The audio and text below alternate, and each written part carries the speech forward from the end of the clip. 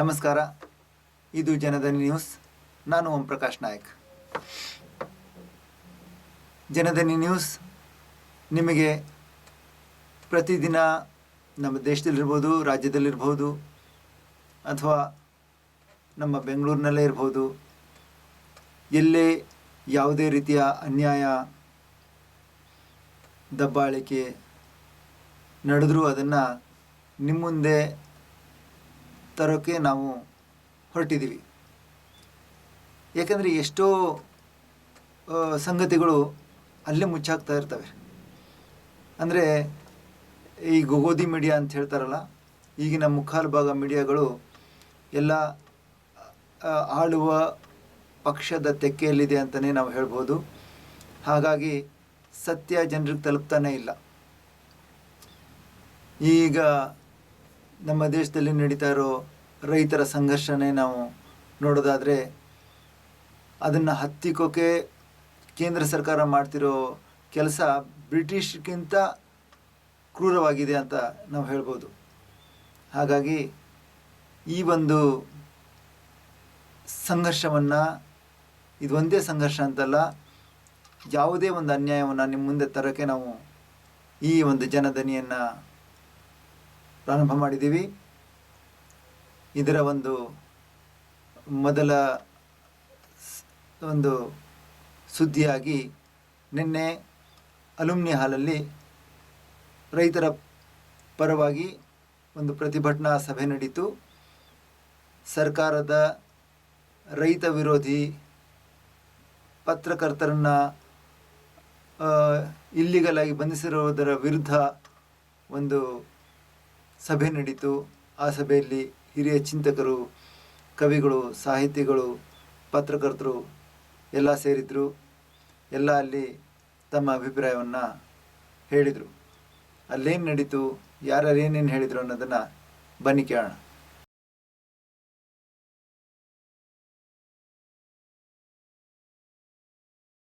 Professor ಮರುಸಿದ್ದಪ್ಪನವರು ಮಾತಾಡೋದಕ್ಕೆ ನಾನು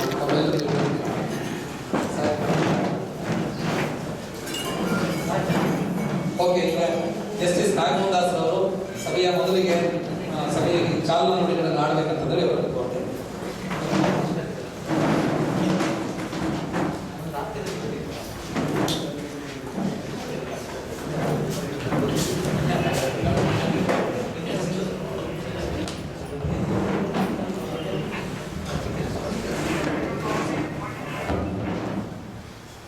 ಎಲ್ಲರಿಗೂ ನಮಸ್ಕಾರ.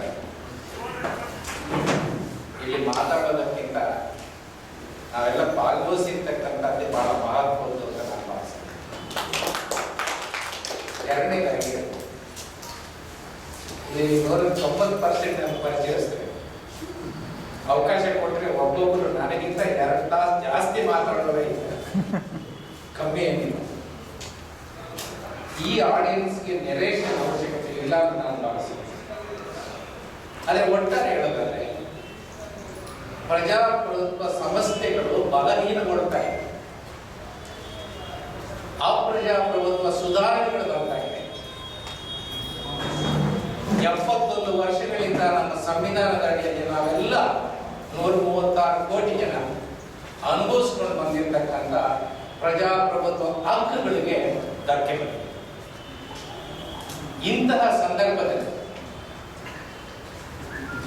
ಕಾರ್ಯಾಂಗ, ಶಾಸಕಾಂಗ ಈ ರೀತಿಯ ಅತಿರೇಕ ಕೆಲಸಗಳಲ್ಲಿ ತೊಡಗಿ, ಅಸಂವಿಧಾನಿಕ ಕೆಲಸಗಳಲ್ಲಿ ತೊಡಗಿ, ಜನರಿಗೆ ಕಷ್ಟಗಳನ್ನು ಚರಿತ್ರೆ ಉದ್ದಕ್ಕೂ ನೋಡಿ, ಜನರಿಗೆ ಕಷ್ಟ ಬಂದಾಗ ಸರ್ಕಾರ ಪರಿಹಾರ ಮಾಡಬೇಕು. ಆದ್ರೆ ಸರ್ಕಾರದಿಂದೇ ಜನರಿಗೆ ಕಷ್ಟ ಬಂದುಬಿಡ್ಬೇಕು. ಇಂಥ ಪರಿಸ್ಥಿತಿಯಲ್ಲಿ ನಮ್ಮ ಹಕ್ಕುಗಳನ್ನು ರಕ್ಷಣೆ ಮಾಡಬೇಕಾಗಿದ್ದು, ನಮ್ಮ ಸಂವಿಧಾನನ ರಕ್ಷಣೆ ಮಾಡಬೇಕಾಗಿದ್ದು, ಸರ್ಕಾರನ ಕಿವಿ ಇಟ್ಟು ಪಾಠ ಕಲಿಸಬೇಕೆ, ಅವರನ್ನ ಸರಿಬೇಕಾಗಿದ್ದು ನ್ಯಾಯ. ಆದ್ರೆ ದುರದೃಷ್ಟವಶ ಇತ್ತೀಚಿನ ಹಲವು, ನನ್ನ ವಿವರಗಳಿಗೆಲ್ಲ ಹೋದ್ರೆ ನಿಮ್ಗೊಂದು ತಾಸು ನಾನು ಮಾತಾಡ್ತಿದ್ದೆ. ಒಟ್ಟಾರೆ ಇತ್ತೀಚಿನ ಕೆಲವು ಬೆಳವಣಿಗೆಗಳು ಈ ದೇಶದ ಜನಸಾಮಾನ್ಯರ ನಂಬಿಕೆಯನ್ನ ಕಳ್ಕೊಳ್ತಕ್ಕ ಪರಿಸ್ಥಿತಿಯಲ್ಲಿ ನ್ಯಾಯಾಂಗ ಇದೆ. ಈ ಹಿನ್ನೆಲೆಯಲ್ಲಿ ನಾವು ಇವತ್ತು ಬಹಳ ಸಂಕಷ್ಟದಲ್ಲಿ ಇಡೀ ದೇಶದ ಜನ ಜನ ಇರ್ತಾ ಇರ್ತಕ್ಕಂಥ ಸಂದರ್ಭ. ನಮ್ಮ ಸಂವಿಧಾನದಲ್ಲಿ ನಮಗೆ ಮೂಲಭೂತ ಹಕ್ಕುಗಳನ್ನು ಕೊಟ್ಟಿದ್ದಾರೆ. ಅಭಿವ್ಯಕ್ತಿ ಸ್ವಾತಂತ್ರ್ಯ ಅಂತಕ್ಕಂಥದ್ದು ಒಂದು ಮೂಲಭೂತ ಹಕ್ಕು. ಇಡೀ ಸಂವಿಧಾನ ಓದಿದಾಗ, ನ್ಯಾಯಾಂಗ ಕೊಟ್ಟಿರ್ತಕ್ಕಂಥ ಅನೇಕ ತೀರ್ಪುಗಳನ್ನು ನಾವು ಅಧ್ಯಯನ ಮಾಡಿದಾಗ ನಮಗೆ ನೇರವಾಗಿ ಗೊತ್ತಾಗ್ತಕ್ಕಂಥ ಒಂದು ಸತ್ಯದ ಸಂಗತಿ ಏನಿದೆ, freedom of speech and expression includes freedom to express one's own views. It also includes to express dissent. It also includes to criticize. It also includes to question. It also includes to keep silent. ಅಭಿವ್ಯಕ್ತಿ ಸ್ವಾತಂತ್ರ್ಯ ಅಂದ್ರೆ ಕೇವಲ ನನಗೆ ಬಂದಂತ ನನ್ನ ಅನಿಸಿಕೆಗಳನ್ನ ನಾನು ವ್ಯಕ್ತಪಡಿಸೋದು ಮಾತ್ರ ಅಲ್ಲ, ನಿಮ್ಮ ಅನಿಸಿಕೆಗೆ ಭಿನ್ನವಾದಂತಹ ಅಭಿಪ್ರಾಯ ವ್ಯಕ್ತಪಡಿಸತಕ್ಕಂಥ ಹಕ್ಕು ಕೂಡ ಅಭಿವ್ಯಕ್ತಿ ಸ್ವಾತಂತ್ರ್ಯದಲ್ಲಿ ಅಡಗಿದೆ.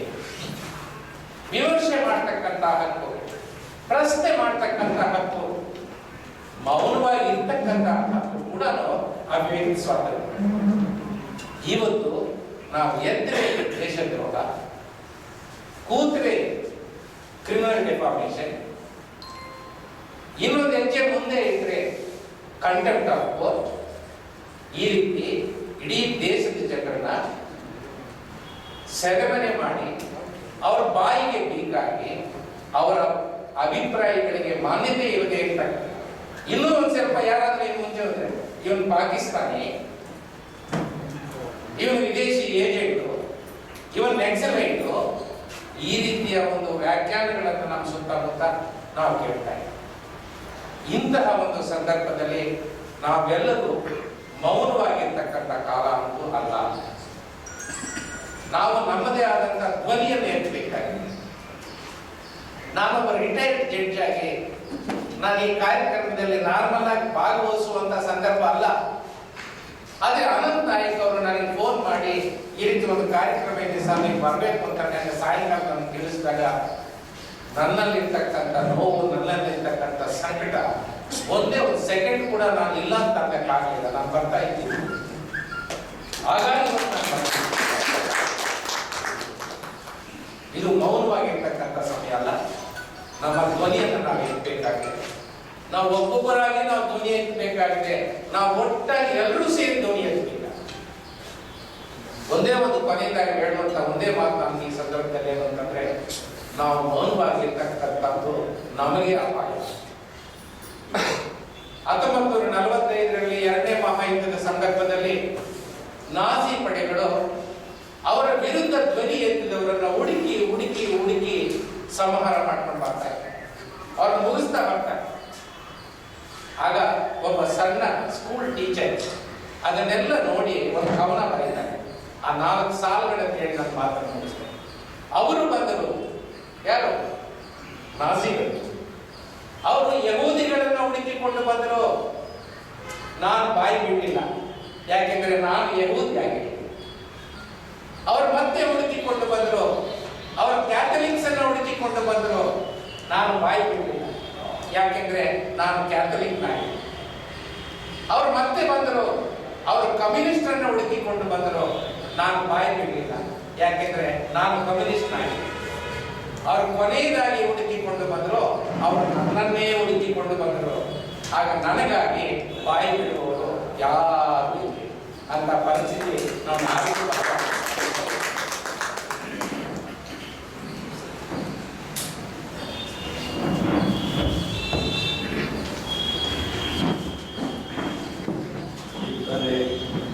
ಮಾತನಾಡಿದಂತಹ ಜಸ್ಟಿಸ್ ನಾಗಮೋಹನ್ ದಾಸ್ ಅವರು ಇದು ಮೌನವಾಗಿರ್ತಕ್ಕಂಥ ಕಾಲವಲ್ಲ ಅಂತ ಖಂಡಿತ. ಸುಮಾರು 1 ವರ್ಷಗಳ ಅವಧಿಯಲ್ಲಿ ಮನೆಗೆ ಬಿಟ್ಟು ಹೊರಗಡೆ ಬಂದು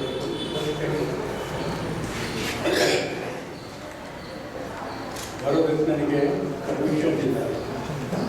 ಮನೆಯಲ್ಲಿ ಮನೆಗೆ ಹೊರಗಡೆ ಹೊರಬೇಕಾದ್ರೆ ಮನೆಯಲ್ಲಿ ಪರ್ಮಿಷನ್ ಬೇಕು. ವಯಸ್ಸಾದವರು ಮನೆಯಲ್ಲಿ ಚಿಕ್ಕವರು ಹೇಳಿದಂತೆ ಕೇಳಬೇಕೆ ಹೊರತು ಹೆಚ್ಚಿಗೆ ಅವರಿಗೆ ಸ್ವಾತಂತ್ರ್ಯ ಇರುತ್ತದೆ. ಒಂದು ಜಗಳ ಆಗಿ ನಾನು ಹೊರಗಡೆ ಬಂದಿದ್ದೀನಿ.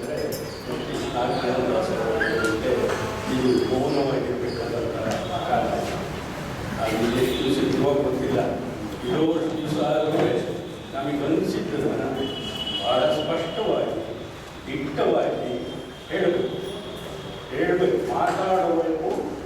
ಮಾತಾಡೋದ್ರ ಮೂಲಕ ನಮ್ಮ ಪ್ರೊಟೆಸ್ಟನ್ನ ರಿಜಿಸ್ಟರ್ ಮಾಡ್ತಾ ಹೋಗಬೇಕು. ಅದಕ್ಕೆ ಹೆದರಬೇಕಾದ ಅಗತ್ಯ ಇಲ್ಲ.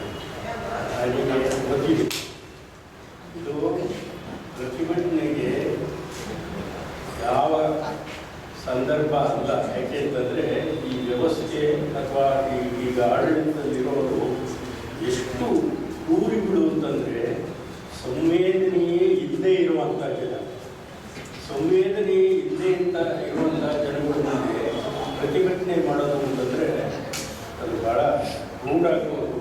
ಕಟ್ಟೆ ಮುಂದೆ ಕಾಯಿ ಹೊಡೆದ್ರೆ ಮತ್ತೊಂದೋಳು ಇತ್ತೊಂದೋಳು ಅಂತ ಹೇಳಿ ಹಳ್ಳಿಯಲ್ಲಿ ಒಂದು ಗಾದೆ ಏನು ನೋಡಿ. ಟಿವಿನಲ್ಲಿ ನೋಡಿದರೆ ಅವರೇನು ಕಾಡು ಪ್ರಾಣಿಗಳ ಸುತ್ತ ಒಂದು ದೊಡ್ಡ ಕ್ರೂರವಾದ ತಂದಿ ಬೇಲಿಯಿಂದ ಅವರೇನು ತಪ್ಪಿಸ್ಕೊಂಡು ಹೋಗ್ತಿರಲ್ಲ. ಅಲ್ಲಿ ರೆಡ್ ಫೋರ್ಟ್ ಮೇಲೆ ಬಾವುಟ ಹಾರಿಸಿ ಪುಂಡಾಟಿಕೆ ನಡೆಸಿದವರು ಯಾರು ಅನ್ನೋದು ನಮಗೆಲ್ಲ ಗೊತ್ತಿದೆ. ಅವರು ರೈತರಲ್ಲ, ಇವರು ಏಜೆಂಟ್ಗಳು ಆ ಕೆಲಸವನ್ನು ಮಾಡಿದರು. ಅವರಿಗೆ ಬೇಲಿ ಹಾಕೋದ್ರ ಬದಲು ಶಾಂತಿಯುತವಾಗಿ ತಮ್ಮ ಹಕ್ಕಿಗೆ ತುದಿಗರದಂತೆ ಪ್ರತಿಭಟಿಸ್ತಾ ಇರುವಂತಹ ರೈತರ ಸುತ್ತ ಅಂತ ಒಂದು ಸರ್ಕಾರದ ವಿರುದ್ಧ ಪ್ರತಿಭಟನೆಯನ್ನು ಮಾಡಬೇಕು. ಅದು ನಮ್ಮ ಕರ್ತವ್ಯ ಅಷ್ಟೇ ಹೊರತು ಅವರು ಹೇಳೋ ಸ್ಥಿತಿ ಅದು ಮೊದಲು ನಾವು ಗಮನಿಸ. ಈಸ್ಟ್ ಎಮರ್ಜೆನ್ಸಿನಲ್ಲಿ ಸಾಕಷ್ಟು ಅಟ್ರಾಸಿಟೀಸ್ ಆದವು.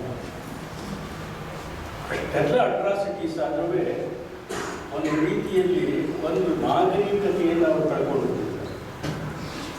ಒಂದು ಕಿಂಚಿತ್ ನಾಗರಿಕತೆ ಅವರಲ್ಲಿ ಮುಂದೆ. ಆದರೆ ಇವತ್ತು ಯಾವುದೂ ಇಲ್ಲದೆ ಇರುವಂತಹ ಸಂದರ್ಭದಲ್ಲಿ ನಾವು ಪ್ರತಿಭಟನೆಯಿಂದ ಮಾಡಬೇಕಾಗಿದೆ.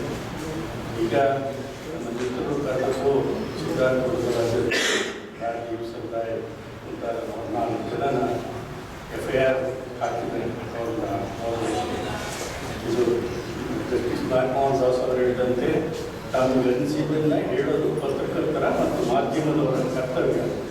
ಅವರು ಇವತ್ತು ಪ್ರಜಾಪ್ರಭುತ್ವ ಉಳಿಬೇಕಾದರೆ ಮಾಧ್ಯಮ ಬಹಳ ಮುಖ್ಯವಾದ ಒಂದು ಅಂಗ.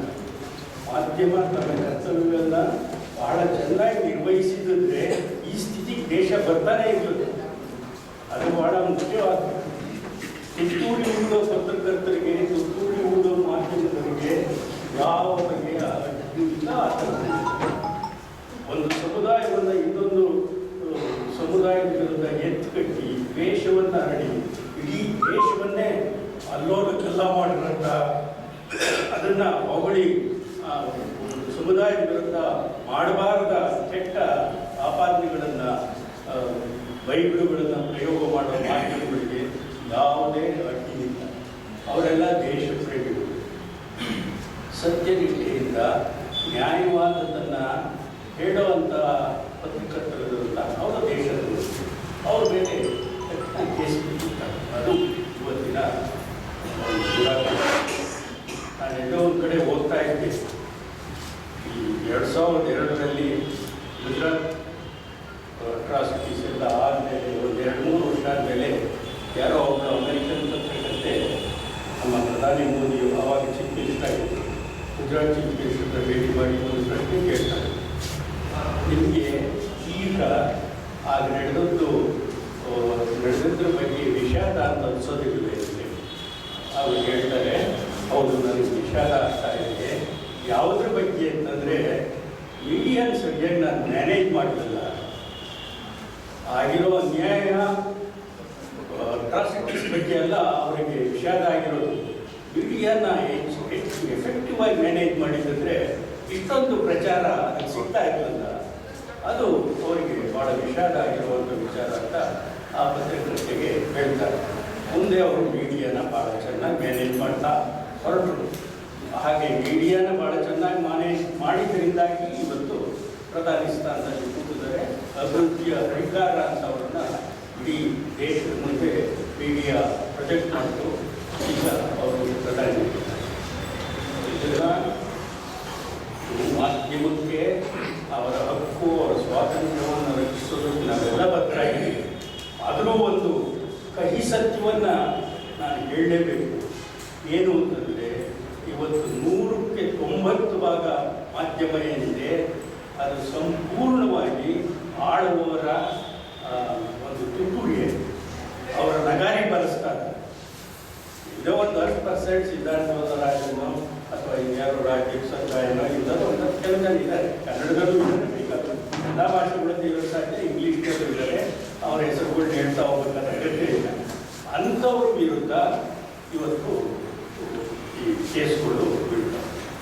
ನೀವು ಇಲ್ಲ ಆಡಳಿತದಲ್ಲಿರೋರನ್ನ ಅವರಿ ಒಂದು ದೊಡ್ಡ ಇದನ್ನ ತುತ್ತೂರಿ ಬಾರಿಸೋದು, ಇಲ್ಲದೇ ಇದ್ರೆ ಬಾಯಿ ಮುಚ್ಕೊಂಡು ಸುಮ್ಮನೆ ಇರಬೇಕು.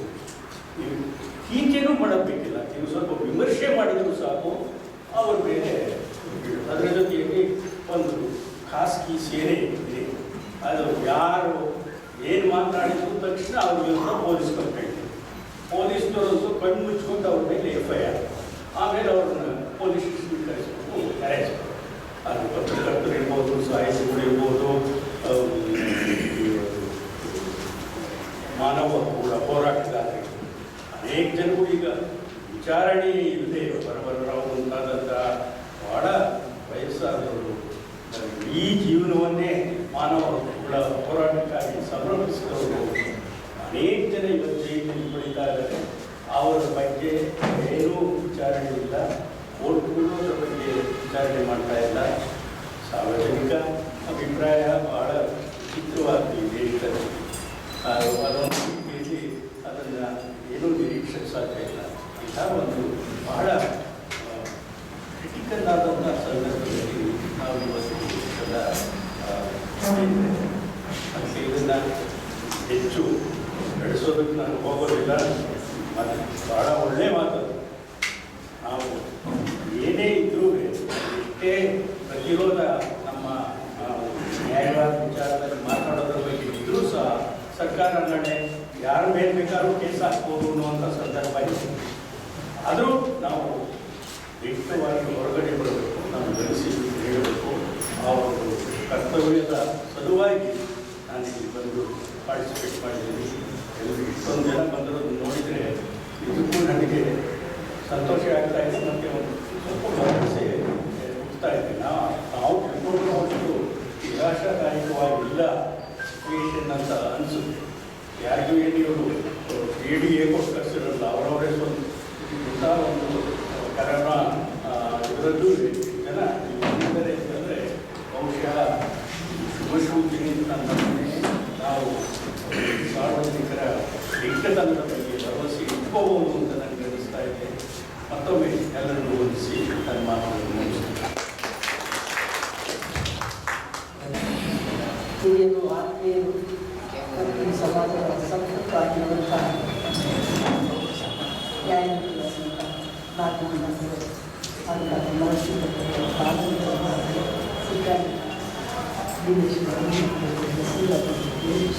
ಎಲ್ಲರೂ ಕೂಡ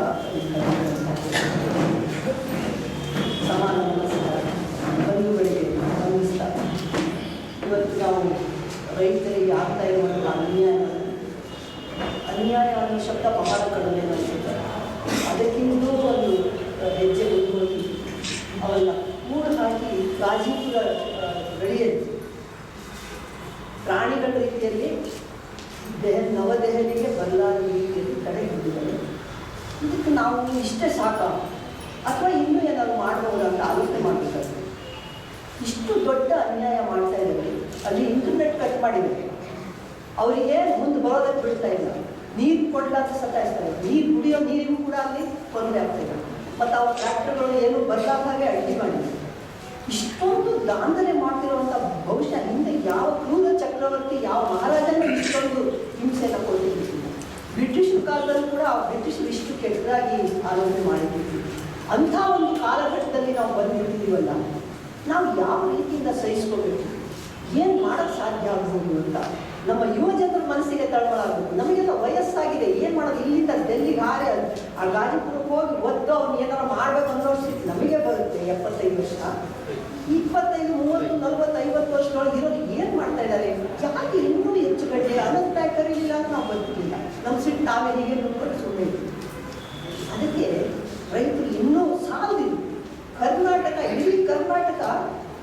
ರೊಚ್ಚಿಗಳು. ಇಷ್ಟು ಕೆಟ್ಟ ಅನ್ಯಾಯವನ್ನು ನಾವು ಸಹಿಸ್ಕೋಬಾರ್ದು. ಅವರಿಗೆ ಎಷ್ಟು ಹಿಂಸೆ ಆಗ್ತಿರ್ಬೋದು. ಈಗ ನಾವು ಒಂದು ಸ್ವಲ್ಪ ಹೊತ್ತು ನಮಗೆ ಮೊಬೈಲ್ ಇಲ್ಲ ಅಂದರೆ ಒಬ್ರಿಗೊಬ್ರು ಸಂಪರ್ಕ ಮಾಡೋಕ್ಕಾಗ್ತದೆ. ಒಂದು ಸ್ವಲ್ಪ ಇಲ್ಲಿ ಕುಡಿಯೋಕ್ಕೆ ನೀರು ಕೊಡಲಿಲ್ಲ ಅಂದರೆ ಮಾತಾಡೋಕ್ಕೆ ಆಗಲ್ಲ.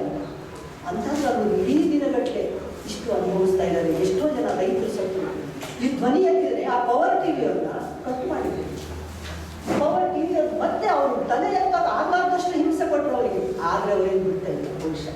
ಯಾಕೆಂದರೆ ಅದು ಮನಸ್ಸದು ಒಳಗಿಂದ ಬರಬೇಕು. ಆ ಕುದಿ ಒಳಗಿಂದ ಬಂದರೆ ಯಾವ ಮಾಧ್ಯಮದವರು ಏನು ಹೆದರ್ಬೇಕಾಗಿಲ್ಲ. ಮಾಧ್ಯಮದವರು ಒಂದು ಗಟ್ಟಿ ನಿಂತರೆ ಈ ಶಾಸಕರುಗಳಂತೂ ನನಗೆ ಏನು ಆಶ್ಚರ್ಯ ಆಗುತ್ತೆ ಅಂದರೆ, ಈ ಇಲ್ಲಿದ್ದ ಕಾಂಗ್ರೆಸ್ ಅಥವಾ ಬೇರೆ ಪಾರ್ಟಿಲಿದ್ದಾಗ ಮನುಷ್ಯರಾಗಿರ್ತಾರೆ, BJP ಹೋದ ಕೂಡಲೇ ಯಾಕೆ ಮೃಗಗಳಾಗ್ಬಿಡ್ತಾರೆ ಅನ್ನೋದು ನನಗೆ ಗೊತ್ತಾಗ್ತದೆ. ಯಾಕೆ ಅವರು ಮನುಷ್ಯರ ರೀತಿಯಲ್ಲಿ ಆಲೋಚನೆ ಮಾಡಲ್ಲ? ಯಾಕೆ ಹಾಗಾದ್ರು? ಎಂತೆಂಥ ಬುದ್ಧಿಜೀವಿಗಳು ಅವ್ರು ನೋಡಿದ್ರೆ ನಾವು ಕೈ ಮುಗಿದು ಶರಣು ಅಂತಿದ್ದೀವಿ. ಅಷ್ಟು ಒಳ್ಳೆ ಜನ ಅಲ್ಲಿ ಹೋದ್ಕೊಂಡೆ ಅವ್ರ ಥರನೇ ಮಾತಾಡ್ತಾರಲ್ಲ, ಅವ್ರಿಗೆ ತಲೆಗೆ ಈ ಮಾಟ ಮಂತ್ರ ನಂಬಲ್ಲ ನಾವು. ಆದರೆ ಏನೋ ಆಗಿದೆಯೇನೋ ಅಂತ ಈಗ ಡಿಮಾಂಡ್ ಬರ್ತದೆ. ಈ ರೀತಿಯಾಗಿ ಒಂದು ಶಾಸಕರು, ಸಂಸದರು, ಪತ್ರಕರ್ತರು ಎಲ್ಲರೂ ಕೂಡ ಇವತ್ತು ಸ್ವಲ್ಪ ಆಲೋಚನೆ ಮಾಡಬೇಕಾಗಿದೆ. ರೈತ ನಮ್ಮವನು, ನಾವೆಲ್ಲ ರೈತರು. ಅಂಥದ್ರಲ್ಲಿ ಮೊನ್ನೆ ಆ ಪಾಪ ಏನು ಹೇಳಿಲ್ಲ ನಮ್ಮ ಪಂಪನ ಅವರು ಸರ್, ಏನು ಹೇಳಿದ್ದಾರೆ, ಮೋದಿಯವರು ದುರ್ಯೋಧನ ಧರ್ಮರಾಯ ಥರ ಬಂದರು, ದುರ್ಯೋಧನ ಥರ ವರ್ತಿಸ್ತಾ ಇದ್ದಾರೆ. ಅವರಿಬ್ಬರೂ ಒಳ್ಳೆಯವರು, ಇವರಿಗಿಂತ ಕೆಟ್ಟವರೇ. ಅವ್ರನ್ನ ಇವರು ಹೇಳಿದ್ದಾರೆ, ಮೋದಿಯವರು ಧರ್ಮರಾಯನೂ ಅಲ್ಲ, ದುರ್ಯೋಧನ ಕರ್ಣನಿಗೆ ಜಾಗ ಕೊಟ್ಟು ಛಲಗಾಗಿ ಹೋರಾಟ ಮಾಡಿದ. ಅದು ನೋಡಿದ್ರಿ. ಆ ರೀತಿಯಾಗಿ ಹೇಳಿದ್ದಕ್ಕೆ ಪೊಲೀಸ್ ಸ್ಟೇಷನ್ಗೆ ಕರೆಸಿ ವಿಚಾರಣೆ ಮಾಡಿದ್ರು. ಏನಂತ ವಿಚಾರಣೆ ಮಾಡಿರ್ಬೋದು, ಹಂಪನ ಏನು ಹೇಳಿರ್ಬೋದು ಅಂತ ನನಗೆ ಬಹಳ ಆಶ್ಚರ್ಯ ಆಯಿತು. ಅವರನ್ನ ಅಷ್ಟು ವಯಸ್ಸಾಗಿರೋ ಮನುಷ್ಯನ ಪೊಲೀಸ್ ಸ್ಟೇಷನ್ಗೆ ಕರೆಸಿ ವಿಚಾರಣೆ ಮಾಡುವಂಥ ಕಾಲ ಬಂತಲ್ಲ, ನಾವೆಲ್ಲ ಸುಮ್ಮನೆ. ಹೀಗೆ ಮಾತಿಗೂ ಕೂಡ ನಾವು ಇವತ್ತು ಆಲೋಚನೆ ಮಾಡಬೇಕಾಗಿದೆ. ಸರ್ವಾಧಿಕಾರಿ ಬರುತ್ತೆ ಬರುತ್ತೆ ಬರುತ್ತೆ ಇಲ್ಲ, ಬಂತು ನಮ್ಮ ಮನೆ ಬಾಗಿಲಲ್ಲ, ಒಳಗಡೆ ಪ್ರವೇಶ ಮಾಡಿದೆ, ನಮ್ಮ ಮನೆ ಒಳಗಡೆ ಪ್ರವೇಶ ಮಾಡಿದೆ. ಇನ್ನು ಯಾರಿಗೂ ಹುಡುಗಲ್ಲ ಇಲ್ಲ ಅಂತ ಡಾಕ್ಟರ್ ಮನಸಿದ್ದಪ್ಪ ಹೇಳ್ತಾ ಇದ್ರು. ಕೊರೋನಾಕ್ಕೆ ಎದುರಿ ಮನೆಯಲ್ಲಿ ಹೊರಗಡೆ ಕಳಿಸೋಣ ಅಂತ. ಸರ್ ಎಲ್ಲಿದೆ ಸರ್ ಕೊರೋನಾ? ಈ ದರಿದ್ರ ಕೊರೋನಾಗಳ ಮುಂದೆ ಎಲ್ಲಿದೆ ಪಾಪ, ಎಲ್ಲಿ ಕೊರೋನಾ ಇಲ್ಲ.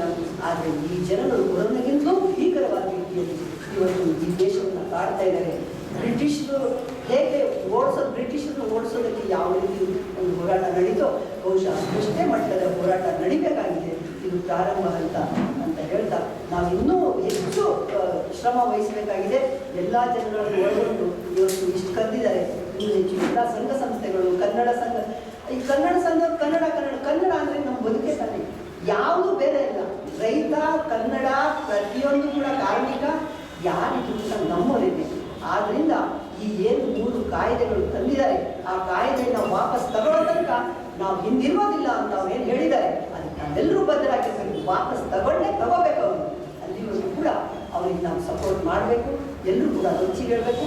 ಆ ಕರಾಳ ಕಾಯ್ದೆಗಳನ್ನು ವಾಪಸ್ ಪಡೆಯೋ ತನಕ ನಮ್ಮ ಹೋರಾಟ ಇರಲಿ, ಮತ್ತು ಆ ರೈತರಿಗೆ ನಮ್ಮ ಬೆಂಬಲ ಇರಲಿ ಅಂತ ಹೇಳಿ ಅನ್ನಿಸ್ತಾ ಇದ್ದೀನಿ. ನಮಸ್ತೆ. ಈಗಾಗಲೇ ನ್ಯಾಯಮೂರ್ತಿ ಹೇಳಿದೊಳಗೆ ಇದು ಮೌನದ ಕಾಲವಲ್ಲ, ಜೊತೆಗೆ ಈಗಿನ ಪರಿಸ್ಥಿತಿಯನ್ನು ಕುರಿತು ನೀವು ಯಾರಿಗೂ ಕೂಡ ಹೊಸದಾಗಿ ಹೇಳಬೇಕಾಗಿದೆ. ಇಲ್ಲಿರುವ ಎಲ್ಲರಿಗೂ ಕೂಡ ಒಬ್ಬೊಬ್ಬರಿಗಿಂತ ಇನ್ನೂ ಒಬ್ಬೊಬ್ಬರಿಗೂ ಕೂಡ ಹೆಚ್ಚಿನ ತಿಳುವಳಿಕೆಯ ಎಚ್ಚರ ಇದೆ. ಆ ತಿಳುವಳಿಕೆ ಎಚ್ಚರ ಎರಡೂ ಇರೋದ್ರಿಂದಲೇ ಇಲ್ಲಿ ಜವಾಬ್ದಾರಿಯಿಂದ ಕರ್ತವ್ಯ ನಿಷ್ಠೆಯ ಭಾಗವಾಗಿ ಇದೆಲ್ಲ ಭಾಗವಹಿಸಿದೆ. ಅದಕ್ಕೇನೆ ಮನೆಯೊಳಗೆ ಪ್ರತಿರೋಧವಿದ್ದರೂ ಕೂಡ ಮೇಷ್ಟ್ ಇವತ್ತು ಮೌನವನ್ನು ಮುರಿದು ಇಲ್ಲಿ ಬಂದು ಕೂತಿರೋದು ಅದನ್ನು ಪ್ರಾಮಾಣಿಕವಾದವರು ಹೇಳ್ಕೊಂಡಿದ್ದು ಕೂಡ ಉಂಟು. ಈ ಸ್ಥಿತಿಯೊಳಗೆ ಎಷ್ಟೋ ಜನ ಇದ್ದಾರೆ.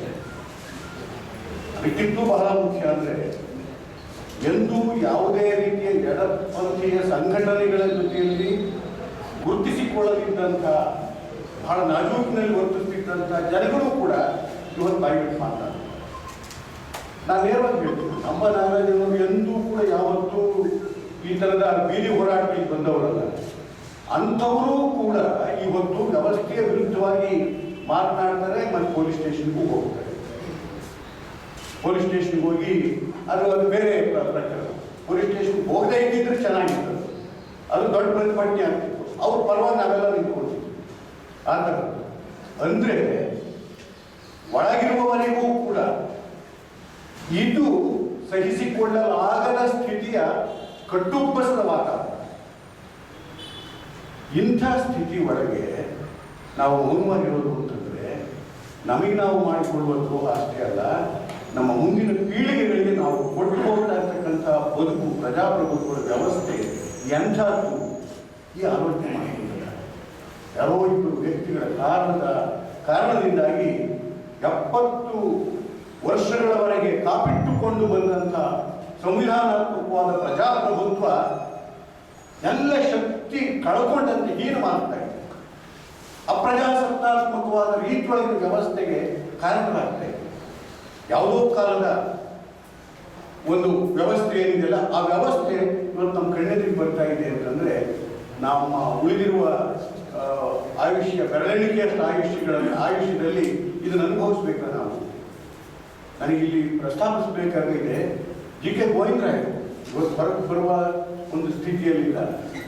ಚಂಪಾ ಹೊರಗೆ ಬರೋ ಮಾತನಾಡೋ ಸ್ಥಿತಿಯಲ್ಲೇ ಇಲ್ಲ.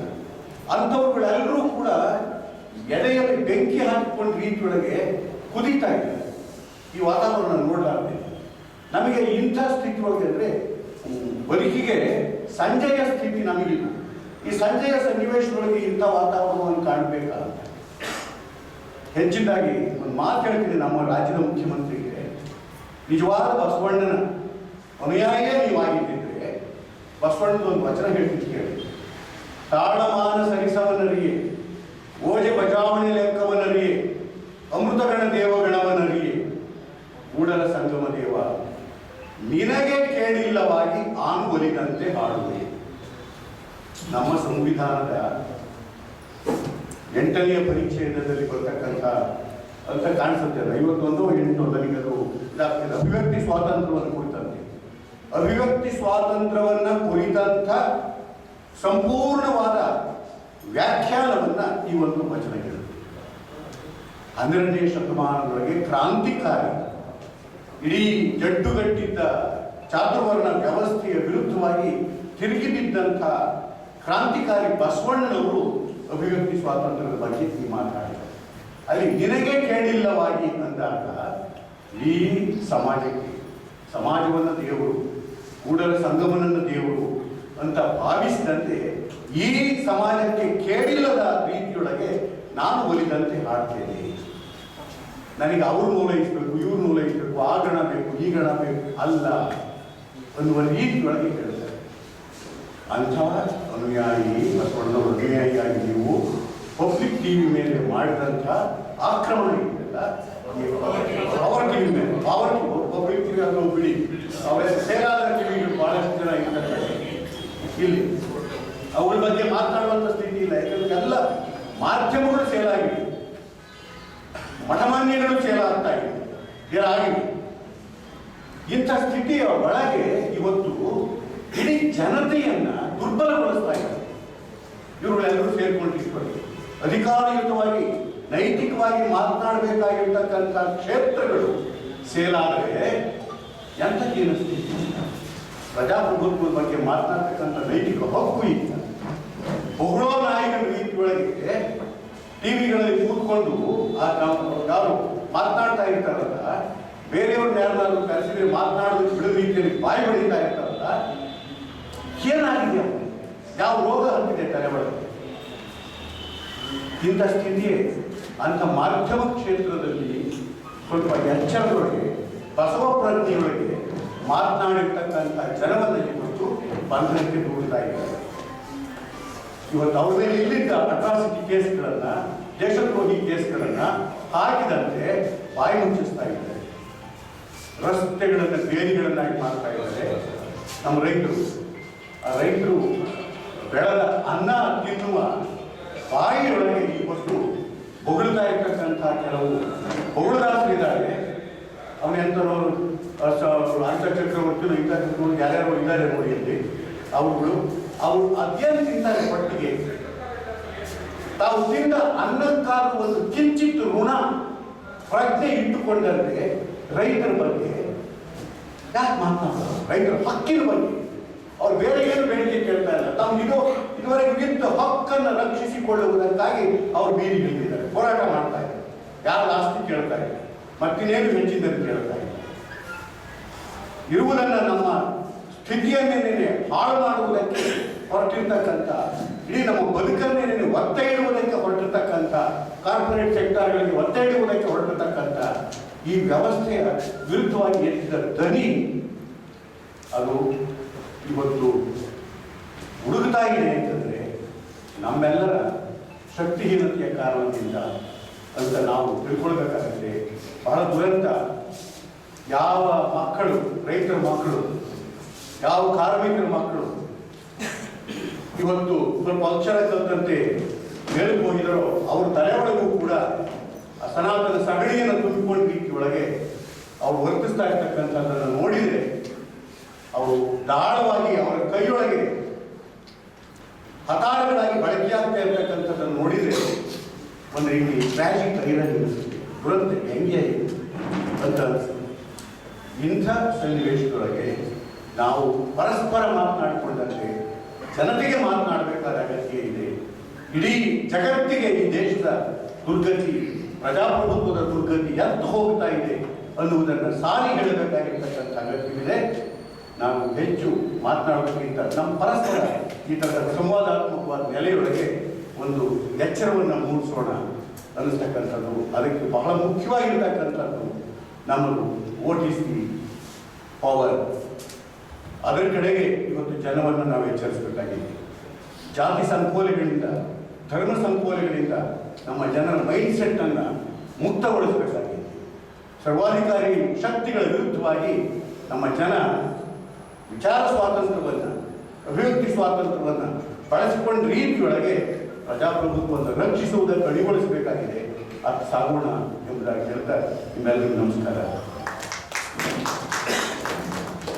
ಈ ಕಾರ್ಯಕ್ರಮವನ್ನು ಆರ್ಗನೈಸ್ ಮಾಡಬೇಕಂದ್ರೆ ಸಾಮಾಜಿಕ ಜಾಲತಾಣಗಳಲ್ಲಿ ಅನೇಕ ಜನ ಗೆಳೆಯರು ಇದನ್ನು ಪ್ರಚಾರಕ್ಕಾಗಿ ಕೆಲಸ ಮಾಡಿದ್ದಾರೆ. ಡಾಕ್ಟರ್ ಕೈಲಾಸೊತ್ತಿಗೆ ಅವರು, ಕಾವ್ಯ ಅವರಿಗೆ ಅನಗತ್ಯವಾಗಿ ಅವಹೇಳನ ಮಾಡುವಂಥ, ಅಪಮಾನ ಮಾಡುವಂಥ ಕೆಲಸಗಳು ಸೋಷಿಯಲ್ ಮೀಡಿಯಾದಲ್ಲಿ ದೊಡ್ಡ ಪ್ರಮಾಣದಲ್ಲಿ, ಅಂದರೆ ಈ ಹೋರಾಟವನ್ನೇ ಅಪಮಾನ ಮಾಡುವಂತಹ, ರೈತರನ್ನು ಅಪಮಾನ ಮಾಡುವಂಥದ್ದೆಲ್ಲ ನಡೀತಾ ಇದ್ದಾರೆ. ಇದು ನಮ್ಮ ಗಮನಕ್ಕಿದೆ ಅಂತ ಹೇಳ್ತಾರೆ. ಈಗ ಹಿರಿಯ ವಕೀಲರು ಬಾಲನ್ ಅವರು ಮಾತಾಡಿದ್ದಾರೆ.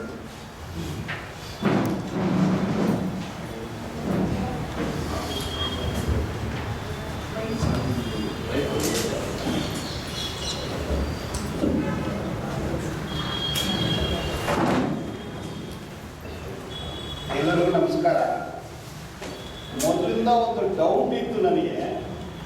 ಎಲ್ಲರೂ ಕಾನೂನಿನ ಆಡಳಿತ ಅಂತ ಹೇಳ್ತಾ ಇದ್ದಾರೆ, ಇದು ನಿಜಾನ ಸುಳ್ಳ ಅಂತ ಒಂದು ಡೌಟ್ ಇತ್ತು. ಅಂದರೆ ಇದು ಕಾರ್ಪೊರೇಟ್ ಆಡಳಿತನ, ಕಾವಿಗಳ ಆಡಳಿತನ ಅನ್ನೋ ಒಂದು ಡೌಟ್ ಇತ್ತು. ಈಗ ನೋಡಿದರೆ ಇದು ಕಾರ್ಪೊರೇಟ್ ಆಡಳಿತ ಕೂಡ ಇಲ್ಲ, ಇದು ಕಾವಿಗಳ ಆಡಳಿತ. ಕಾವಿ ಅಂದರೆ ಮನುವಾದ, ಬ್ರಾಹ್ಮಣವಾದ, ಗೋಮುವಾದ ಆಡಳಿತ. ಇದನ್ನ ಹಿನ್ನೆಲೆ ನೋಡಿದರೆ ಇಟಾಲಿಯ ಮುಸೋಲಿನಿ, ಜರ್ಮನಿಯ ಹಿಟ್ಲರ್, ಸ್ಪೈನಿನ ಫ್ರಾಂಕೋ, ಚಿಲಿಯ ಪಿನ್ಚೋಟೆ, ಇದೆಲ್ಲ ಕೂಡ ಫ್ಯಾಸಿಸ್ಟ್ ಆಡಳಿತ. ಆದರೆ ಮೋದಿ ಶಾ ಆಡಳಿತ ಇದು ಫ್ಯಾಸಿಸ್ಟ್ ಪ್ಲಸ್. ಇದನ್ನು ಬೀದಿನಲ್ಲೇ ಸೋಡಿಸ್ಬೇಕಾಗುತ್ತೆ. ಈಗ ಆರ್ಟಿಕಲ್ 370, CAA, NRC, NPR, ಕಾರ್ಮಿಕರ ಕಾನೂನಿನ ತಿದ್ದುಪಡಿ, ಫಾರಮ್ ಲಾಸ್ ತಿದ್ದುಪಡಿ, ಕ್ರಿಮಿನಲ್ ಆ್ಯಕ್ಟ್ಸ್ ತಿದ್ದುಪಡಿ, ಕಾನ್ಸ್ಟಿಟ್ಯೂಷನ್ನ ತಿದ್ದುಪಡಿ ಎಲ್ಲ ನೋಡಿದರೆ ಇದು ಎಮರ್ಜೆನ್ಸಿ ಅಲ್ಲ, ಇದು ಆಡಳಿತ ಫ್ಯಾಸಿಸಮ್ ಆಗಿ ಬದಲಾವಣೆ ಆಗ್ತಾ ಇದೆ ಅಂತ ಕಾಣ್ತಾ ಇದೆ. ಎಮರ್ಜೆನ್ಸಿಗೆ ಸನ್ಸೆಟ್ ಕ್ಲಾಸ್ ಇತ್ತು, ಇಷ್ಟು ವರ್ಷ ಆದಮೇಲೆ ಅದು ಎಮರ್ಜೆನ್ಸಿ ಹೋಗುತ್ತೆ. ಆದರೆ ಫ್ಯಾಸಿಸಮ್ ಡಿವಾಸಿಫಿಕೇಶನ್ ಮಾಡೇ ಹೋಗುತ್ತೆ. ಅದರಿಂದ ಫ್ಯಾಸಿಸಮನ್ನು ನಾವು ಬೀದಿನಲ್ಲೇ ಸೋಡಿಸ್ಬೇಕಾಗುತ್ತೆ. ಅದು ಬ್ಯಾಲೆಟಲ್ಲಿ ಸಾಧ್ಯನೋ ಇಲ್ವೋ ಆ ಡೌಟ್ ನನಗೆ ಇದೆ. ಈಗ ಒಂದು ರೈತ ಹೋರಾಟದಲ್ಲಿ ಭಾಗವಹಿಸ್ತಾನೆ, ಅವನಿಗೆ ಹೆಡ್ ಇಂಜುರಿ ಆಗುತ್ತೆ. ಹೆಡ್ ಇಂಜುರಿ ಅಂದರೆ ಆ ಹೆಡ್ ಇಂಜುರಿಯಲ್ಲಿ ಸತ್ತು ಹೋಗ್ತಾರೆ. ಸಾವು ಅನ್ನೋದು ಆಕ್ಸಿಡೆಂಟಲ್ಲಿ ಇರುತ್ತೆ, ಸೂಸೈಡಲ್, ಹೋಮಿಸೈಡ್. ಆ ಸಾವು ಸೂಸೈಡ್ ಅಲ್ಲ, ಆ ಸಾವು ಹೋಮಿಸೈಡ್ ಕೂಡ ಅಲ್ಲ, ಇದು ಆಕ್ಸಿಡೆಂಟ್ ಅಲ್ಲಿ ಬಿದ್ರ ಅಥವಾ ಬುಲೆಟ್ ಇಂಜುರ ಅನ್ನೋ ಒಂದು ಡೌಟು. ಅದು ಮಾಧ್ಯಮದಲ್ಲಿ ಬಂದ್ರು it must be a bullet injury because bullets were also used. ಒಟ್ಟಾರೆ ಇದು ಆಕ್ಸಿಡೆಂಟ್ ಆಗಿ ಆಗಿದೆ ಅನ್ನೋದು ಮಾತ್ರ ತೀರ್ಮಾನ. ಇದು ಹೇಗೆ ಸೆಡಿಷನ್ ಆಗುತ್ತೆ? ಸೆಡಿಷನ್ ಅಂದರೆ ದೇಶದ್ರೋಹ. ಕೇದಾರ್ನಾಥ್ ಕೇಸಲ್ಲಿ ಅದರ ರೂಪನೇ ಬದಲಾವಣೆ ಆಗಿದೆ. ಅಂದ್ರೆ ಒಂದು democratically elected government over throwing through violence, through gun ಅಂದ್ರೆ ಮಾತ್ರ ಅದು ಸೆಡಿಷನ್ ಆಗುತ್ತೆ. ಸತ್ತವರು ಗುಂಡೇಟು ಬಿದ್ದು ಸತ್ರ, ಅಪಘಾತದಲ್ಲಿ ಸತ್ರ ಅಂತ ಬಂದ್ರೆ ಸೆಡಿಷನ್ ಅಂತ ಹಾಕಿದ್ದಾರೆ. Sedition is misuse. ಈಗ ಉಪ ಕೊಟ ತಡ, these are all very draconian, serious, unconstitutional acts which are selectively used. ಒಂದು ಕೋಮುವಾದಿ ಕೈಯಿಂದ ಬುಲೆಟ್ಟು ಬಾಂಬ್ ಇದ್ರೆ ಬೇಲು, ಒಂದು ಅಲ್ಪಸಂಖ್ಯಾತರು ಅಲ್ಲ ಕಾರ್ಮಿಕ ಮುಖಂಡರ ಕೈಯಲ್ಲಿ ಕಲ್ಲಿದ್ರೆ ಬೇಲು. ಡಿಜೆಯಲ್ಲಿ ಕಲ್ಲಿಟ್ಟು ನಾನು ಹೇಳಿದ ಕೋರ್ಟಲ್ಲಿ ಕಲ್ಲೋದು ಪಾಕಿಸ್ತಾನದಿಂದ ಬಂದಿಲ್ಲ, ಬಾಂಗ್ಲಾದೇಶದಿಂದ ಬಂದಿಲ್ಲ, ಅಫ್ಘಾನಿಸ್ತಾನದಿಂದ ಬಂದಿಲ್ಲ. ಡಿಜೆಯಲ್ಲಿ ಕಲ್ಲು ಅದಕ್ಕೆ ಬೇಲಿಲ್ಲ, ಅದು terrorist act. Selective application of draconian law. ಇಲ್ಲಿ ಕೂಡ ಜರ್ನಲಿಸ್ಟ್ ಮೇಲೆ ಥ್ರೆಟ್, ಕಾಪನ್ ಮೇಲೆ ಅವ್ರು ಏನು ಬರ್ದೇ ಇಲ್ಲ. ಈ vent Uttar Pradesh to report, ಅದಕ್ಕೆ ಉಪ ಹಾಕಿ ಒಳಗಡೆ ಹಾಕ್ಬಿಟ್ಟಿದ್ದಾರೆ. ಸುಪ್ರೀಂ ಕೋರ್ಟ್ ಹೇಳಿದ್ದ ಬೇಯಿಲ್ಲ. Sudha Bharadwaj, very noted advocate, Harvard university visiting professor, life long she sacrificed her life for the cause of tribes and contract laborers in Jharkhand. ಅವನ್ನ ಉಪನಲ್ಲಿ ಒಳಗಡೆ ಹಾಕಿದ್ದಾರೆ. ಗಾಲಿ ಜನಾರ್ದನ್ ರೆಡ್ಡಿ ಲೇಔಟ್ ಇಷ್ಟಪ್ಪ ಅಂತ 5 ಸ್ಟಾರ್ ಹೋಟೆಲ್ನಲ್ಲಿ ಆಡಳಿತ ಮಾಡ್ತಾ ಇದ್ದಾರೆ. This is the selective misuse and use of law ನಡೀತಾ ಇದೆ. ಅಂದ್ರೆ ಇವ್ರ ಮೇಲೆ ಸೆಡಿಷನ್ ಹೇಗೆ ಬರುತ್ತೆ? ಈಗಿರೋ ಕರ್ನಾಟಕ ಸರ್ಕಾರ ಇದು ಎಲೆಕ್ಟೆಡ್ ಗೌರ್ಮೆಂಟ್ ಅಲ್ಲ. JDS ಮತ್ತು Congress elected government. Resort politics, ದುಡ್ಡು politics, aeroplane politics, Bombay politics, pen gun, ಅದಕ್ಕಿಂತ ಸೀರಿಯಸ್ ಆಗಿ ದುಡ್ಡಿಂದ democratic elected government was overthrown. ಅವ್ರ ಮೇಲೆ ಉಪಾನು ಬಂದಿಲ್ಲ, ಸೆಡಿಷನ್ ಬಂದಿಲ್ಲ. ಈ sedition is unconstitutional, illegal. This is a Britishers product. It has to be defeated, kicked out, and everything. All draconian laws should go. As long as these laws are there, it will be misused against workers, Adivasis, farmers, journalists, even advocates. Advocates who protected the protesters are arrested in Mumbai. In Andhra Pradesh, an FIR came to be registered against 67 advocates who are all depending Adivasis. Andre, this government is known for misuse of law. This government is fascist. It is undemocratic. Unitedly we should fight. Thank you.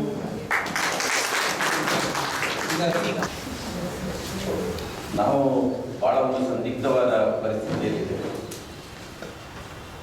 ನಾವು ನಮ್ಮ ಹೆಚ್ಚು ಕಾಲವನ್ನು ಮಾಧ್ಯಮದ ಮೇಲೆ ಆರೋಪ ಮಾಡಲಿಕ್ಕೆ, ಹೀಗಳೆಯಲಿಕ್ಕೆ, ನಿಂದಿಸಲಿಕ್ಕೆ ವ್ಯಯ ಮಾಡಿದ್ದೇವೆ. ಓದಿ ಮೀಡಿಯಾ ಇನ್ನೊಂದು ಕಡೆ ಪತ್ರಕರ್ತರ ರಕ್ಷಣೆಗೆ ಇಲ್ಲಿ ಸೇರಿದೆ.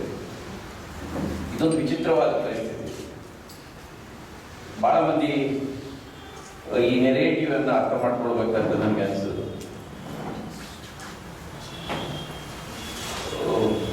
ನಾಗಮೋಹನ್ ದಾಸ್ ಅವರು,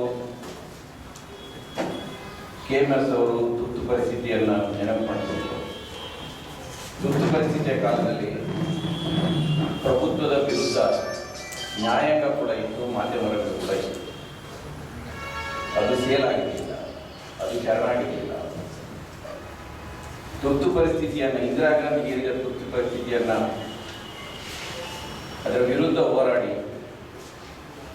ಅದನ್ನು ಮಣಿಸಿದ್ದು ಕೇವಲ ರಾಜಕಾರಣಿಗಳು, ರಾಜಕೀಯ ಪಕ್ಷಗಳಲ್ಲ. ಅದರಲ್ಲಿ ಬಹುದೊಡ್ಡ ಪಾತ್ರ ನ್ಯಾಯಾಂಗದ್ದು ಇತ್ತು, ಮಾಧ್ಯಮ ರಂಗದ್ದು ಕೂಡ ಇತ್ತು. ಬಹುಶಃ ಇದನ್ನು ಈಗಿನ ಪ್ರಭುತ್ವ ಅರಿತುಕೊಂಡೇ ಕಾರ್ಯಾಂಗ, ನ್ಯಾಯಾಂಗ ಮತ್ತು ಮಾಧ್ಯಮ ರಂಗದ ಮೇಲಿನ ನಮ್ಮ ವಿಶ್ವಾಸವನ್ನು ಕಳೆದುಕೊಳ್ಳುವ ಹಾಗೆ ಮಾಡ್ತಾ ಇದೆ. ಇದು ಬಹಳ ವ್ಯವಸ್ಥಿತವಾಗಿ ಮಾಡ್ತಾ ಇದೆ ಅಂತ ನನಗೆ ಅನಿಸುತ್ತೆ.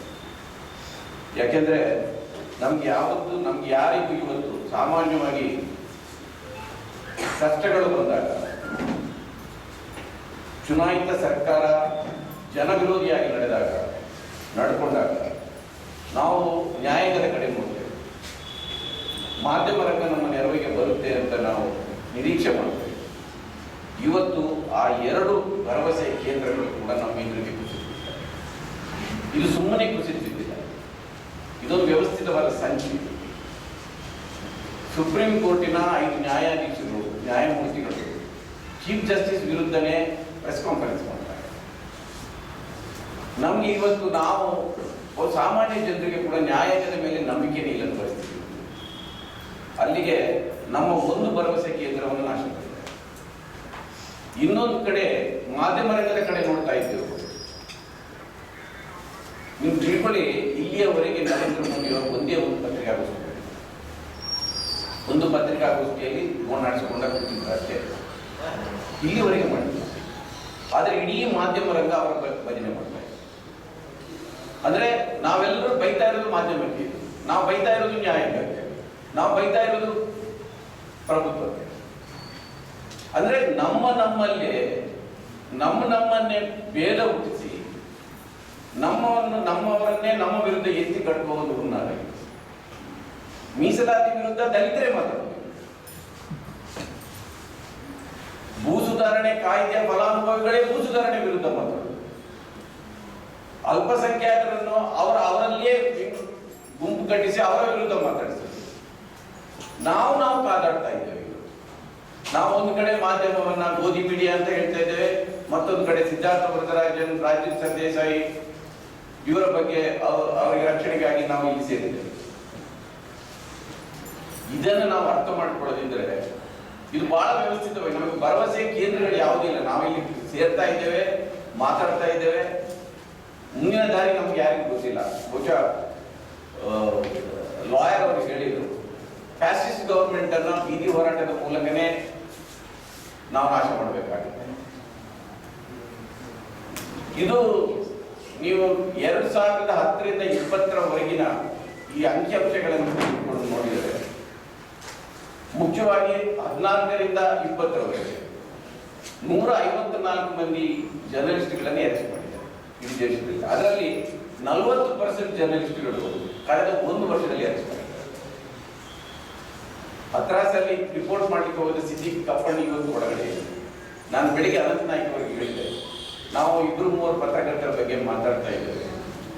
ದೇಶಾದ್ಯಂತ ಇವತ್ತು ನಮಗೆ ಗೊತ್ತಿಲ್ಲ ಎಷ್ಟು ಅನಾಮಿಕ ಪತ್ರಕರ್ತರು ಇವತ್ತು ಜೈಲಲ್ಲಿದೆ.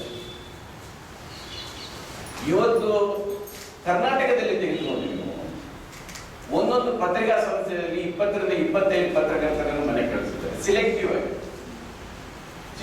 ಕಳಿಸಿದ್ದಾರೆ.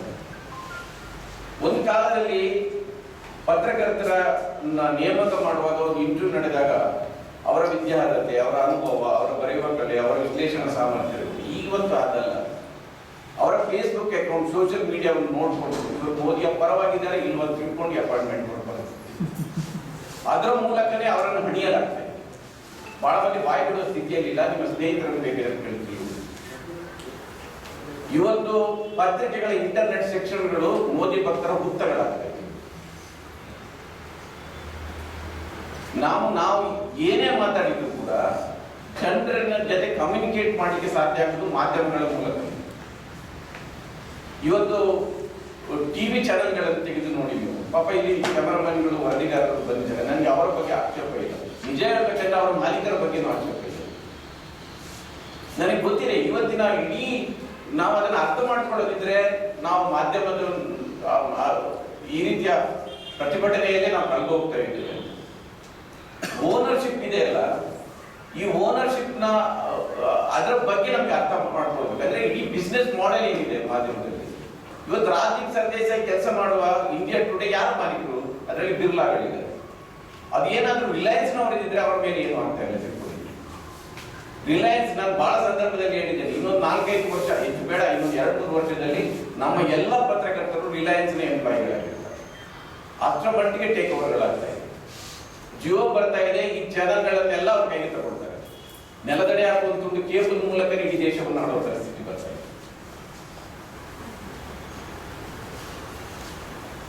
ನಾವು ಬಹಳ ನಾನು ಕೂಡ 10 ವರ್ಷಗಳಿಂದ 15 ವರ್ಷಗಳಿಂದ ಹೇಳ್ಕೊಳ್ತಾ ಬಂದಿದ್ದೇನೆ, ಮಾಧ್ಯಮ ಅನ್ನೋದು ಉದ್ಯಮ ಆಗಿದೆ, ಉದ್ಯಮ ಆಗಿದೆ. ಮಾಧ್ಯಮ ಉದ್ಯಮ ಮಾತ್ರ ಅಲ್ಲ, ಅದರ ಜೊತೆಗೆ ರಾಜಕಾರಣವನ್ನು ಸೇರ್ಕೊಂಡಿದೆ. ಇವತ್ತು ಒಂದು ಕಾಲದಲ್ಲಿ ರಿಲಯನ್ಸ್ನವರು ಒಂದು 20 ವರ್ಷದ ಹಿಂದೆ ಪತ್ರಿಕೆ ಮಾಡಲಿಕ್ಕೆ ಹೋಗಿ ನಮ್ಮಿಂದ ಆಗುದಿಲ್ಲ ಅಂತ ವಾಪಸ್ ಹೋದ್ರು. ಇವತ್ತು 2 ವರ್ಷಗಳ ಹಿಂದೆ 4,000-5 ಸಾವಿರ ಕೋಟಿ ಪಂಪ್ ಮಾಡಿದ್ದಾರೆ ಮೀಡಿಯಾದಲ್ಲಿ. ಬಹಳ ದೊಡ್ಡ ಮಟ್ಟದಲ್ಲಿ ಟೇಕ್ ಓವರ್ಗಳಾಗ್ತದೆ. ಯಾರಾದ್ರೂ ಎರಡೇ ಬಗೆ, ಒಂದು ಅವರ ತೊಡೆಗೇರಿ ಕೂರ್ಬೇಕು, ಅದೇ ಗೋಧಿ ಮೀಡಿಯಾ. ಅದನ್ನು ವಿರೋಧಿಸಿದವರು ಕಾಲ್ನಡಿಗಾಗಿ ತುಳಿತಾರೆ. ಅದು ಬರ್ಕಾದತ್ ಇರ್ಬೋದು, ಬರ್ಕಾದತ್ ಕೆಲಸನೇ ಕಂಡುಕೊಂಡು ಭಿನ್ನಾಭಿಪ್ರಾಯಗಳಿರ್ಬೋದು. ಸಿದ್ಧಾರ್ಥ ವರದರಾಜನ್ ಇವತ್ತು FIR ಆಗಿದೆ. ನಾನು ಕೇಳ್ತೀನಿ, ಹಿಂದೂ ಪತ್ರಿಕೆ ಅವರನ್ನು ಸಂಪಾದಕರಿಸ್ತೀನಿ, ಯಾಕೆ ಸಹಿಸ್ಕೊಳ್ಳಿಕ್ಕೆ ಆಗ್ತಾ ಇಲ್ಲ? ನಾನು ಹಿಂದೂ ಪತ್ರಿಕೆ ಮಾಲೀಕರನ್ನು ದೂರ್ತಾ ಇಲ್ಲ. ನಾನು ಅದಕ್ಕೆ ಕೇಳಿದ್ದು, ಮಾಲೀಕರನ್ನ ಆ ಸ್ಥಿತಿಗೆ ತಂದು ಇಟ್ಟಿದ್ದಾರೆ. ಇವತ್ತು ನಾವು ಹೇಳಿದಾಗೆ ನಡೆಯಬೇಕು. ನನಗೆ ಗೊತ್ತಿದ್ದಾಗೆ ಬಹಳಷ್ಟು ಮಂದಿಗೆ ಇನ್ಕಮ್ ಟ್ಯಾಕ್ಸ್ ನ ಥ್ರೆಟ್ಗಳು ಹೋಗ್ತಾ ಇದೆ ದೊಡ್ಡ ದೊಡ್ಡ ಪತ್ರಿಕೆ ಸಂಸ್ಥೆಗಳು. ಅದರಿಂದ ನಾವು ಈ ಮಾಧ್ಯಮಗಳನ್ನು ಹೇಗೆ ರಕ್ಷಣೆ, ಅಂದ್ರೆ ಓದುಗರ ಕೈಯಲ್ಲಿ ಇವತ್ತು, ವೀಕ್ಷಕರ ಕೈಯಲ್ಲಿ ಮಾಧ್ಯಮಗಳಿಲ್ಲ. ಇವತ್ತಿನ ಮೀಡಿಯಾ ಇಲ್ಲ. ಅವರಿಗೆ ಓದುಗರು ಬೇಕಾಗಿಲ್ಲ. ಅವರ ಅಡ್ವರ್ಟೈಸ್ಮೆಂಟ್ ನೋಡಿಕೊಂಡು ಅದರಲ್ಲಿರುವ ವಸ್ತುಗಳನ್ನ ಪರ್ಚೇಸ್ ಮಾಡೋ ಸಾಮರ್ಥ್ಯದಿಂದ ಕನ್ಸ್ಯೂಮರ್ ಬೇಕು ಅವರಿಗೆ ಅಷ್ಟೇ.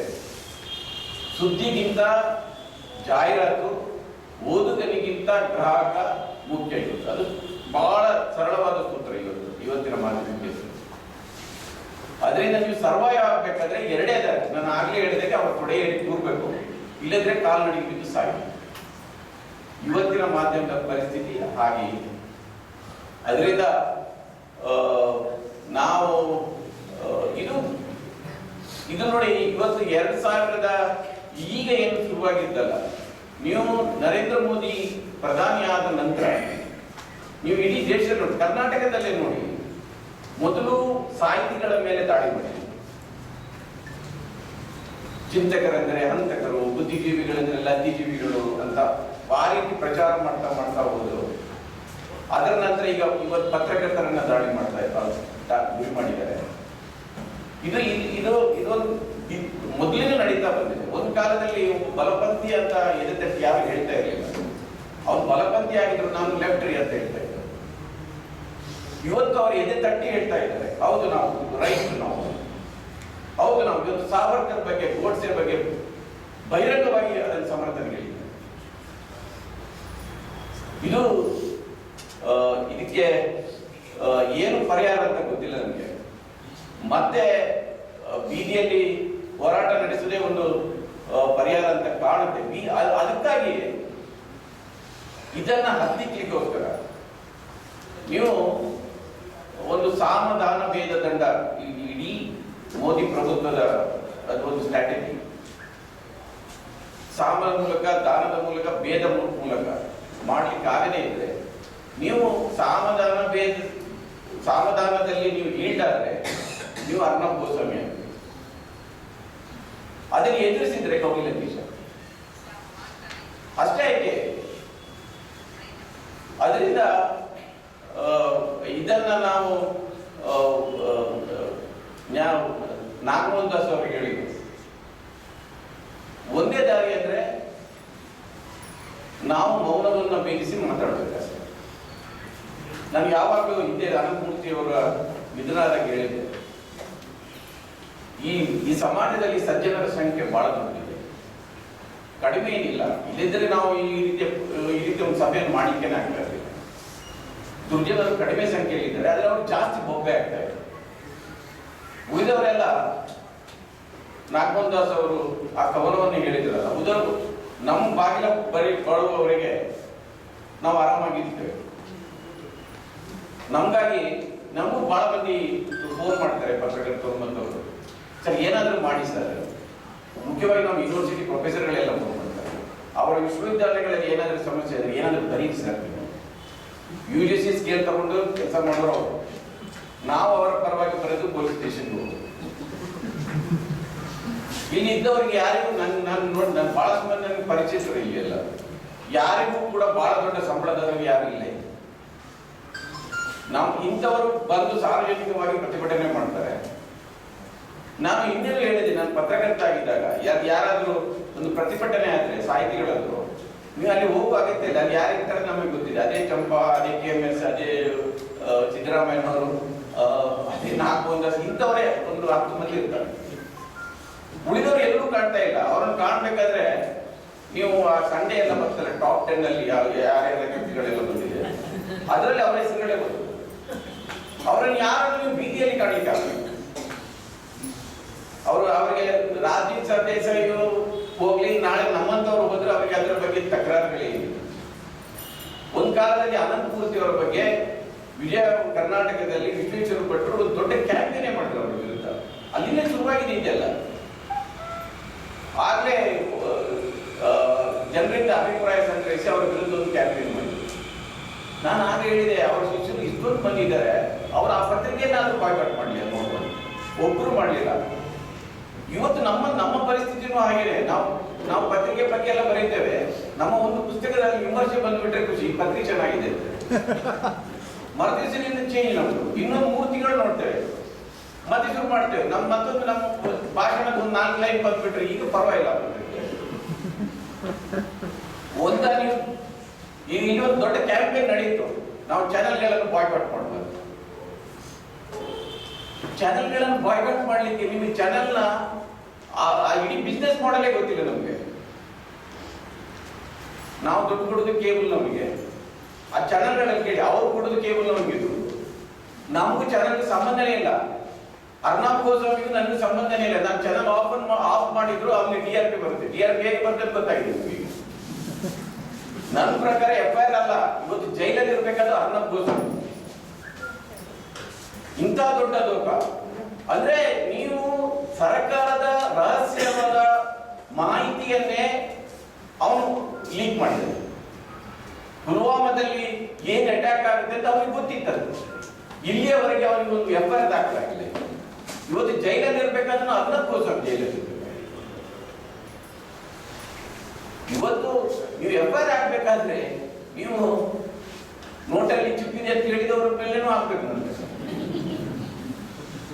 ರಾಜೀವ್ ಸರ್ದೇಸಾಯಿ ಒಂದು ತಪ್ಪು ಟ್ವೀಟ್ ಮಾಡಿದ್ದಾನೆ ಅಂತ ಆದ್ರೆ, ತಪ್ಪು ಟ್ವೀಟ್ ಅವ್ರು ಒಪ್ಕೊಂಡಿದ್ದಾರೆ, ಅದನ್ನು ಒಪ್ಕೊಂಡಿದ್ದಾರೆ. ಅದು ಮಿಸ್ ಇನ್ಫಾರ್ಮೇಶನ್ ಅಷ್ಟೇ. ಅದಕ್ಕೆ ಸೆಡಿಷನ್ ಕೇಸ್ ಹಾಕುವಂತ ಅಗತ್ಯ ಇರಲಿಲ್ಲ. ಅದರಿಂದ ನಾನು ಇನ್ನೂ ಕೆಲವರು ಮಾತಾಡಲಿಕ್ಕಿದ್ದಾರೆ. ಇದು ಇವತ್ತಿನ ಈ ಪ್ರತಿಭಟನೆಗಳು, ಇಂಥ ಒಂದು ಸಭೆಗೆ ನಮ್ಮಲ್ಲಿ ಬಹಳ ಮಂದಿ ನೋಡಿದ ಮುಖಗಳನ್ನೇ ನಾವು ನೋಡ್ತಾ ಇದ್ದೇವೆ. ನಾವು ಮಾತಾಡೋದು ಕೂಡ ನಾವೇ ಮಾತಾಡಿಕೊಂಡಾಗ ಆಗ್ತಾ ಇದೆ. ಇದೊಂದು ದೊಡ್ಡ ಪ್ರಮಾಣದಲ್ಲಿ ನಡೆಯಬೇಕು. ಅಂಥದ್ದ ಕೆಲಸಗಳು ಮುಂದೆ ನಡೀಲಿ ಅಂತ ಹೇಳಿ ನಾನು ಮಾತು ಮುಗಿಸ್ತೇನೆ. ಇವತ್ತು ರಾಜ್ಯಾಂಗ ಪಂಚಾಂಗದ ಕೈಲಿರೋದನ್ನ ನಾವು ನೋಡ್ತಾ ಇದ್ದೀವಿ. ಕಳೆದ 6-8 ವರ್ಷಗಳಲ್ಲಿ ವಿಚಾರವಾದಿಗಳ ಹತ್ಯೆ ನಾವು ಪ್ರತಿ ಸಾರಿನೂ ಅದು ಪ್ರತಿಭಟನೆ ಮಾಡೋದು. ಮತ್ತೆ ದಾವಲ್ಕರ್ ಅವರಿಂದ ಶುರುವಾಗಿದ್ದ ಪನ್ಸಾರೆ ಅವ್ರದ್ದು, ಕಲಬುರ್ಗಿಯವರ ಹತ್ಯೆ, ಗೌರಿ ಹತ್ಯೆ ಇರ್ಬೋದು. ಸೊ ಹೀಗೆ ವರ್ಷದಿಂದ ವರ್ಷಕ್ಕೆ ಪ್ರಕರಣಗಳು ಮತ್ತು ಈ ರೀತಿಯ ಘಟನೆಗಳು ಹೆಚ್ಚಾಗ್ತಾನೆ ಇದ್ದಾವೆ. ಒಂದು ರೀತಿಯಲ್ಲಿ ಆಕ್ರೋಶಿತ ತುರ್ತು ಪರಿಸ್ಥಿತಿ ಇಡೀ ದೇಶದಲ್ಲಿ ನಾವು ಕಾಣ್ತಾ ಇದ್ದೀವಿ. ಮತ್ತೆ ಹಾಗೇನೆ ಅತ್ಯಾಚಾರದ ಪ್ರಕರಣಗಳ, ಹತ್ರಾಸ್ ಪ್ರಕರಣ ಕೂಡ ಒಬ್ಬ ವರದಿಗೆ ಧೈರ್ಯ ಮಾಡಿ ಹೇಳಿದ್ದಕ್ಕೆ ಗೊತ್ತಾಗಿದ್ದು ಇಡೀ ಜಗತ್ತಿಗೆ. ಇಲ್ಲಾಂದ್ರೆ ಅದು ನಮಗೆ ಬೆಳಕಿಗೆ ಬರ್ತಾ ಇಲ್ಲ. ಅದ್ರ ನಂತರ ಏನಾಯ್ತು, ಆಮೇಲೆ ಇತ್ತೀಚಿನ ದಿನಗಳಲ್ಲಿ ನಾವು ನೋಡ್ತಾ ಇರೋಂಗೆ ಅತ್ಯಾಚಾರದ ಪ್ರಕರಣಗಳಿಗೆ ನ್ಯಾಯಾಧೀಶರುಗಳು ಕೊಡುವ ತೀರ್ಪು ತುಂಬಾ ಜುಗುಪ್ಸೆ ತಗೊಂಡ ರೀತಿಯಲ್ಲಿ. ಅದರಲ್ಲೂ ಒಬ್ಬ ಮಹಿಳಾ ನ್ಯಾಯಾಧೀಶ ಮಗನ ಚಿಕ್ಕೂರಿಗೆ ಬಂದ ಅತ್ಯಾಚಾರ ಪ್ರಕರಣ ತೀರ್ಪು ನೋಡಿ ಎಲ್ಲಿ ಹೋಗ್ತಾ ಇದೀವಿ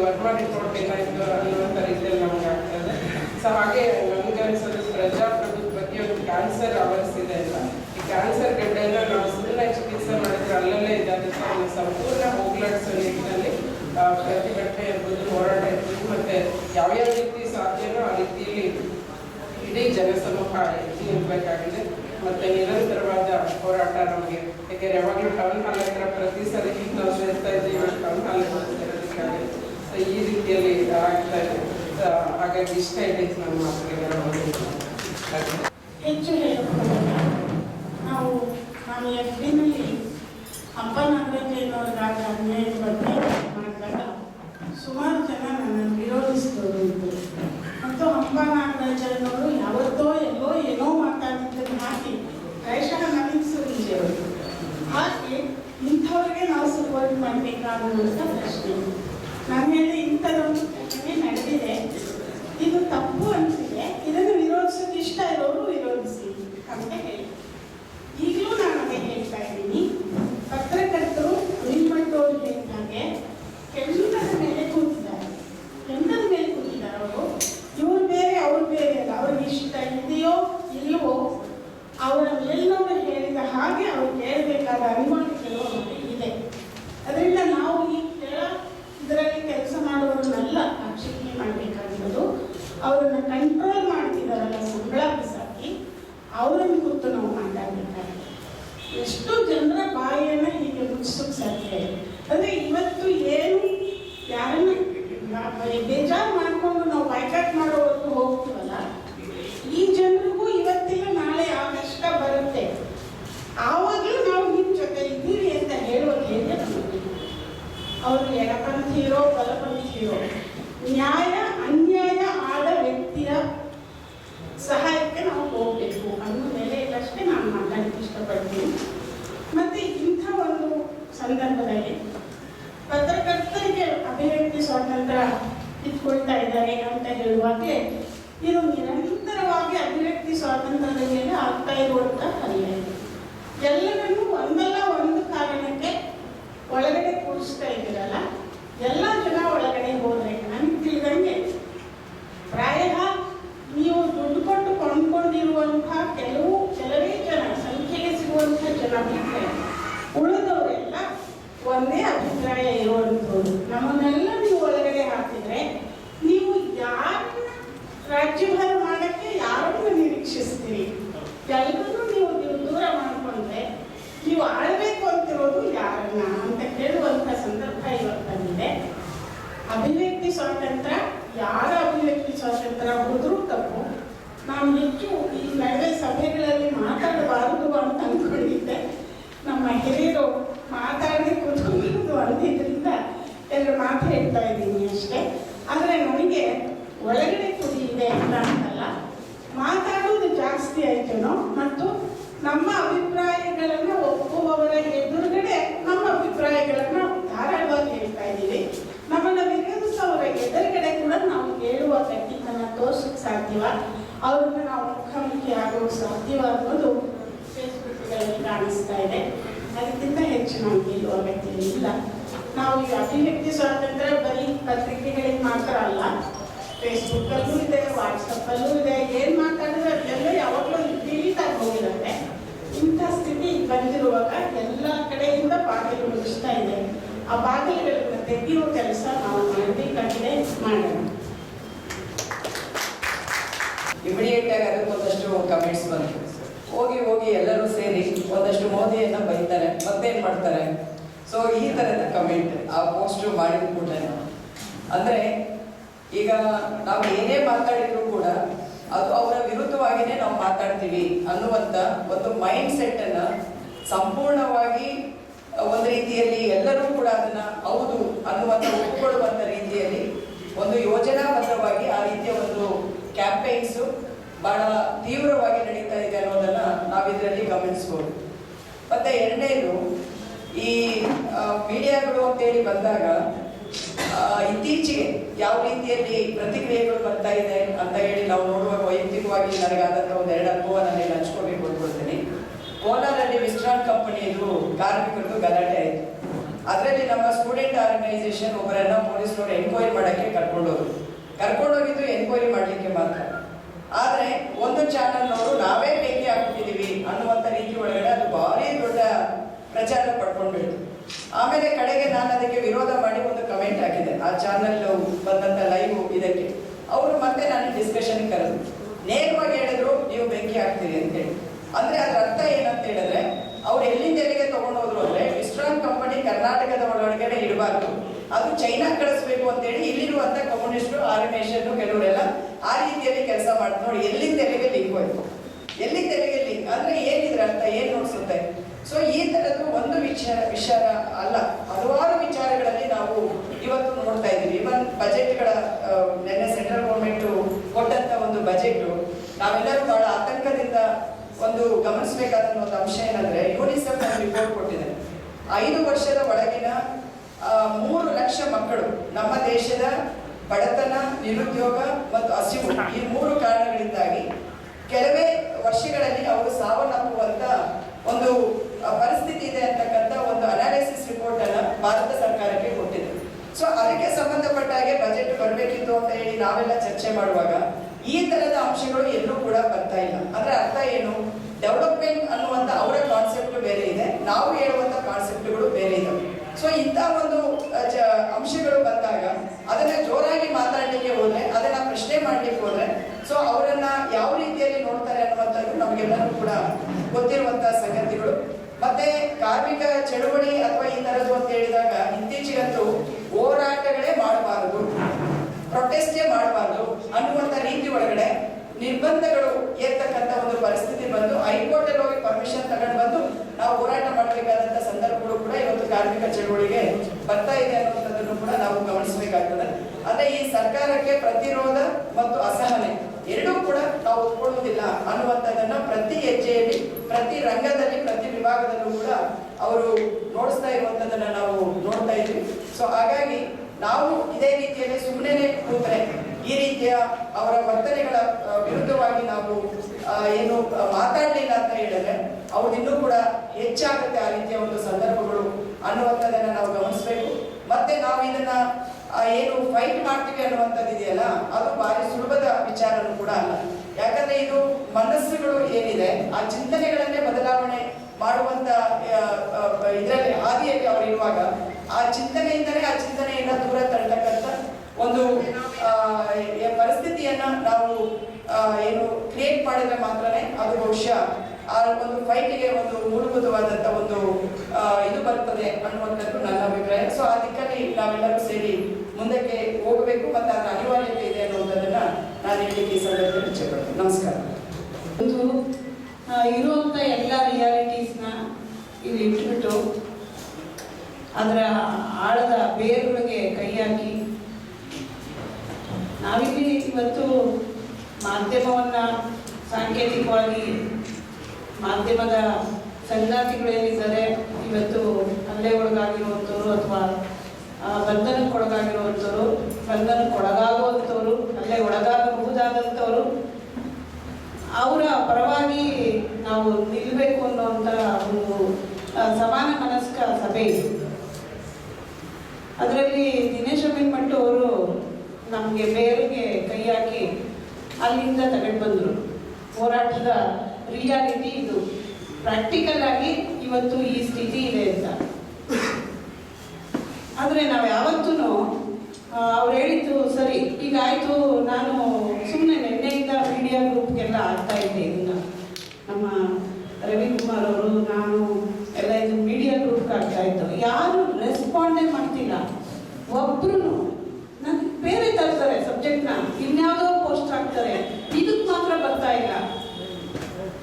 ಅಮ್ಮನೂ ಇದ್ದಾರೆ ಅದರಲ್ಲಿ, ಯಾರು ಬರ್ತಾನೆ ಇಲ್ಲ, ಮಾತಾಡ್ತಾನೆ ಇಲ್ಲ. ಯಾಕೆ ಅಂತಂದ್ರೆ ಕರೆಕ್ಟ್ ಅವ್ರು ಹೇಳಿದ್ದು, ಈಗೇನಾದರೂ ಧ್ವನಿ ಎತ್ತಿದ್ರೆ 1-2 ಆಯ್ಕೆ ಹಾಕ್ಬೇಕಾಗಿದೆ. ಇವತ್ತು ರೈತರಿರ್ಬೋದು ಅಥವಾ ಜರ್ನಲಿಸ್ಟ್ಗಳಿರ್ಬೋದು, ನಾವಿವತ್ತು ಹೇಳ್ಕೋಬೇಕು. ಅವರು ನಮ್ಮನ್ನು ಅವ್ರು ಹುಡ್ಕೊಂಡ್ಬಂದ್ರು, ನಾವು ಸುಮ್ಮನೆ ಇವ್ರು ಹುಡ್ಕೊಂಡ್ಬಂದು ಕಡೆ ನಮ್ಮನ್ನೇ ಹುಡ್ಕೊಂಡು ಬರೋದು. ಅವಾಗ ನಾವು ನಮ್ಮ ಬಗ್ಗೆ ಮಾತಾಡ್ಲಿಕ್ಕೆ ಯಾರು ಇಲ್ಲ ಅಂತ ಹೇಳುವವೇನೆ 2 ಆಯ್ಕೆ ಇದೆ. ಈಗ ಆಯ್ತು, ಇಡೀ ದೇಶದಾದ್ಯಂತ ಇರುವಂತ ಪ್ರಗತಿಪರವಾದಂತ ಮತ್ತು ಪ್ರಜಾಪ್ರಭುತ್ವವಾದಿಗಳಾಗಿರುವಂತ ಸಂವಿಧಾನವನ್ನ ಗೌರವಿಸುವಂತ ಎಲ್ಲ ಪತ್ರಕರ್ತರು ಕೂಡ ಹೋರಾಟಕ್ಕೆ ನಿಂತ್ರೆ ಒಂದು ತ್ಯಾಗಕ್ಕೂ ರೆಡಿ ಇರಬೇಕು. ಏನು ಅಂತಂದ್ರೆ ಹೊಟ್ಟೆಪಾಡಿನ ದಾರಿಯನ್ನ ಬೇರೆ ನೋಡ್ಕೊಳ್ಳಿಕ್ ಸಾಧ್ಯನಾ ಹಂಗಂತ ಹೇಳಿ ಬಹಳ ದೊಡ್ಡ ಹೊಟ್ಟೆಪಾಡು. ನಾನು ಪತ್ರಕರ್ತರ ಕುಟುಂಬದಲ್ಲೇ ಬಂದಿರೋಳು, ನನಗೆ ಗೊತ್ತು ಹೊಟ್ಟೆಪಾಡಿನ ಇದು ಎಷ್ಟು ಮಟ್ಟಿಗೆ ಫುಲ್ಫಿಲ್ ಆಗ್ತಾ ಇದೆ ಅದರಲ್ಲಿ ಅಂತ.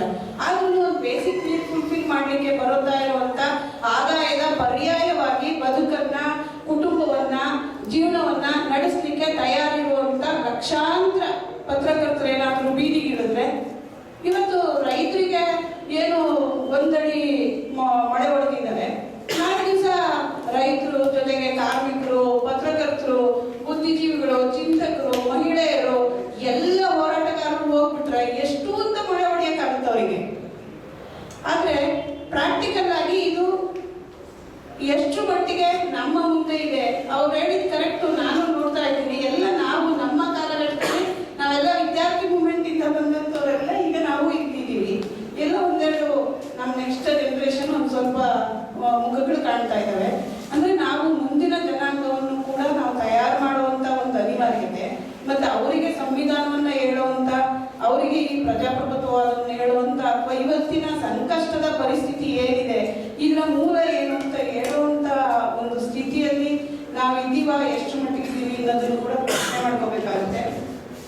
ಬಹುಶಃ ಇರೋರೆಲ್ಲ ಹೋರಾಟಗಾರರೇ ಆಗಿರೋದ್ರಿಂದ ಹೋರಾಟವನ್ನು ಬಿಟ್ಟು ನಮ್ಗೇನು ಪರ್ಯಾಯ ಗೊತ್ತಾಗ್ತಾ ಇಲ್ಲ.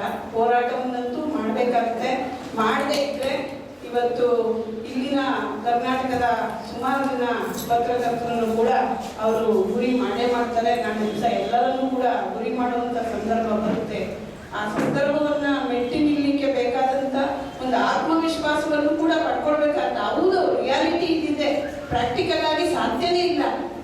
ಕೈಕಟ್ಟಿ ಕೂತ್ಕೊಳ್ಳಿಕ್ಕಂತೂ ಆಗಲ್ಲ. ಅದಕ್ಕೆ ಬೇಕಾದಂತ ಮುಂದಿನ ನಡೆಯ ಬಗ್ಗೆನೂ ಕೂಡ ಮುಂದೆ ಏನ್ ಮಾಡ್ಬೋದು ಅಂತ ನಾವು ಅಟ್ಲೀಸ್ಟ್ ಒಂದು ಪಾಸಿಟಿವ್ ಆಗಿ ನಾವು ಇಂಥದ್ದೇನಾದ್ರು ಸಂದರ್ಭ ಬಂದ್ರೆ ಏನಪ್ಪ ಮಾಡೋದು, ಇವತ್ತು ನಮ್ಮ ಮೇಲೆ ಏನೋ ಮಾಡ್ಬಿಡ್ತಾರೆ ಸೋಷಿಯಲ್ ಮೀಡಿಯಾದಲ್ಲಿ, ಅಟ್ಟಾಗ ಏನ್ ಮಾಡೋದು ಹಂಗಿದ್ರೆ ಅನ್ನೋಂಥ ಒಂದು ಇದನ್ನ ಹುಟ್ಟಿಸಿ ಹೋಗುವಂಥದ್ದು ಆಗ್ಬೇಕು ಈ ಸಭೆಯಲ್ಲಿ ಅಂತ ನಮ್ಗೆ ಅನ್ಸುತ್ತೆ. ಇರೋ ರಿಯಾಲಿಟೀಸು, ಪ್ರಾಕ್ಟಿಕಲ್ ಇದನ್ನೆಲ್ಲ ಇದ್ರು ಮಾತಾಡಿದ್ದಾರೆ. ಮುಂದೆ ಮಾತಾಡೋರು ಮುಂದೇನಾದ್ರು ಮಾಡ್ಬೋದಾ, ಏನಾದ್ರು ಯೋಚನೆ ಮಾಡ್ಬೋದಾ? ಡೆಲ್ಲಿಗೆ ಹೋಗ್ತಿದ್ರು, ಇಲ್ಲೂ ಕೇರ್ ಸರ್ಕಲ್ ಇದೆ, ಟೌನ್ ಹಾಲ್ ಅಂತ ಇಲ್ಲೂ ನಾವು ಹೆಸರುವಾಸಿಯಾಗಿದ್ದೀವಿ. ಪರ್ಮಿಷನ್ ಕೊಡ್ತಾ ಇಲ್ಲ, ಗಂಜಿ ಗಿರಾಕಿಗಳು ಅಂತದ್ದು ಕೂಡ ಆಗಿದ್ದೀವಿ. ಆ ಒಂದು ನೆಲೆಗಟ್ಟಿನಲ್ಲಿ ಮುಂದೆ ಮಾತಾಡೋದು ಈಗ ತಮ್ಮಲ್ಲಿ ವಿನಂತಿ ಇರುತ್ತೆ, ಇನ್ನೊಂದು 2-3 ಜನ ಸ್ವಲ್ಪ ಯುವಕರು ಸಾಮಾಜಿಕ ಜಾಲತಾಣಗಳಲ್ಲಿ ಸಕ್ರಿಯವಾಗಿರುವಂಥವು 3 ಜನ ಅಭಿಪ್ರಾಯಗಳನ್ನು ಹಂಚಿಕೊಳ್ತಾರೆ. ತಾವು ಸಹಾಯಿಸಬೇಕು. 7 ಗಂಟೆ ಒಳಗಡೆ ನಾವು ಕಾರ್ಯಕ್ರಮವನ್ನು ಮುಗಿಸುವಂಥ ಅಂದಾಜಿನಲ್ಲಿದೆ. ಈಗ ನಾಗೇಗೌಡ ಕಿಲಾರ್ ಅವರು 2 ನಿಮಿಷ ಮಾತಾಡಬೇಕು. ಅದಕ್ಕೆ ಪರಿಹಾರ ಏನಪ್ಪಾ ಅಂದ್ರೆ ಹಿರಿಯರನ್ನು ನಾನು ಹೇಳಿದ್ದು, ನಿಮ್ಮ ಅನುಭವದಲ್ಲಿ ದಯವಿಟ್ಟು ಏನು ಗ್ರಾಸ್ ರೂಟ್ ಸಂಘಟನೆಗಳಿದ್ದಾವೆ, ನಮ್ಮಂಥ ಯುವಕರಿಗೆ ಸಂಘಟನೆ ವೆರಿ ಇಂಡಿವಿಜುವಲ್ಸ್, ಇವಾಗ ನಿಯೋ ಲಿಬರಲ್ ಮಾರ್ಕೆಟಲ್ಲಿ ಬೆಳೆದಂಥ ನಮ್ಮಂಥ ಇಂಜಿನಿಯರ್ಸ್ ಡೀಪ್ ರೂಟೆಡ್ ಇಂಡಿವಿಜುವಲ್ಸ್, ಸಂಘಟನೆಯಲ್ಲಿ ನಂಬಿಕೆ ಕಳ್ಕೊಂಡಿದ್ದವರು, ಯೂನಿಯನಲ್ಲಿ ಹಾಕ್ಬೇಕು, ನನ್ನ ಕೆಲಸನ ಮಾಡ್ಕೊಂಡು ನಾನು ಅಪರೈಸರ್ ತೊಗೊಂಡ್ಬಿಟ್ರೆ ಸಾಕು ಅಂದ್ಕೊಂಡಿದ್ದೀನಿ. ಆದರೆ ಇವತ್ತು ನನ್ನ ಸ್ನೇಹಿತರು IT-ಯಲ್ಲಿ ಕೆಲಸ ಮಾಡ್ತಿರೋರು ಎಲ್ಲರಿಗೂ ಅನಿಸಿದೆ ಸಂಬಳ ರೈಸ್ ಆಗಿಲ್ಲ 10 ವರ್ಷದಿಂದ IT-ಯಲ್ಲಿ. ಎಲ್ಲರಿಗೂ ಅನಿಸಿದೆ ಅವ್ರಿಗೂ ಫೈಲ್ ಆಗ್ತಿದೆ. ಎಲ್ಲರಿಗೂ ಅನಿಸಿದೆ ಎಲ್ಲೋ ದಾರಿ ತಪ್ಪಿದ್ದೀವಿ, ಒಂದು ಯೂನಿಯನ್ ಇರಬೇಕಿದೆ. IDF ಲೆಫ್ಟ್ ಯೂನಿಯನ್ ಇರಬೇಕಿದೆ. ಅದಕ್ಕೆ ಪರಿಹಾರ ಏನಪ್ಪ ಅಂದರೆ, ತಕ್ಷಣದ ಪರಿಹಾರ ಏನಪ್ಪ ಅಂದರೆ, ಯಾರೆಲ್ಲ ಹಿರಿಯರಿದ್ದೀರಿ, ಯಾರೆಲ್ಲ ಗ್ರಾಸ್ ರೂಟ್ ಲೆವೆಲ್ನಲ್ಲಿ ಆರ್ಗನೈಸೇಷನ್ಸ್ ಇದೆ, ದಯವಿಟ್ಟು ಅದನ್ನು ರೆಜ್ಯೂನೇಟ್ ಮಾಡಿ.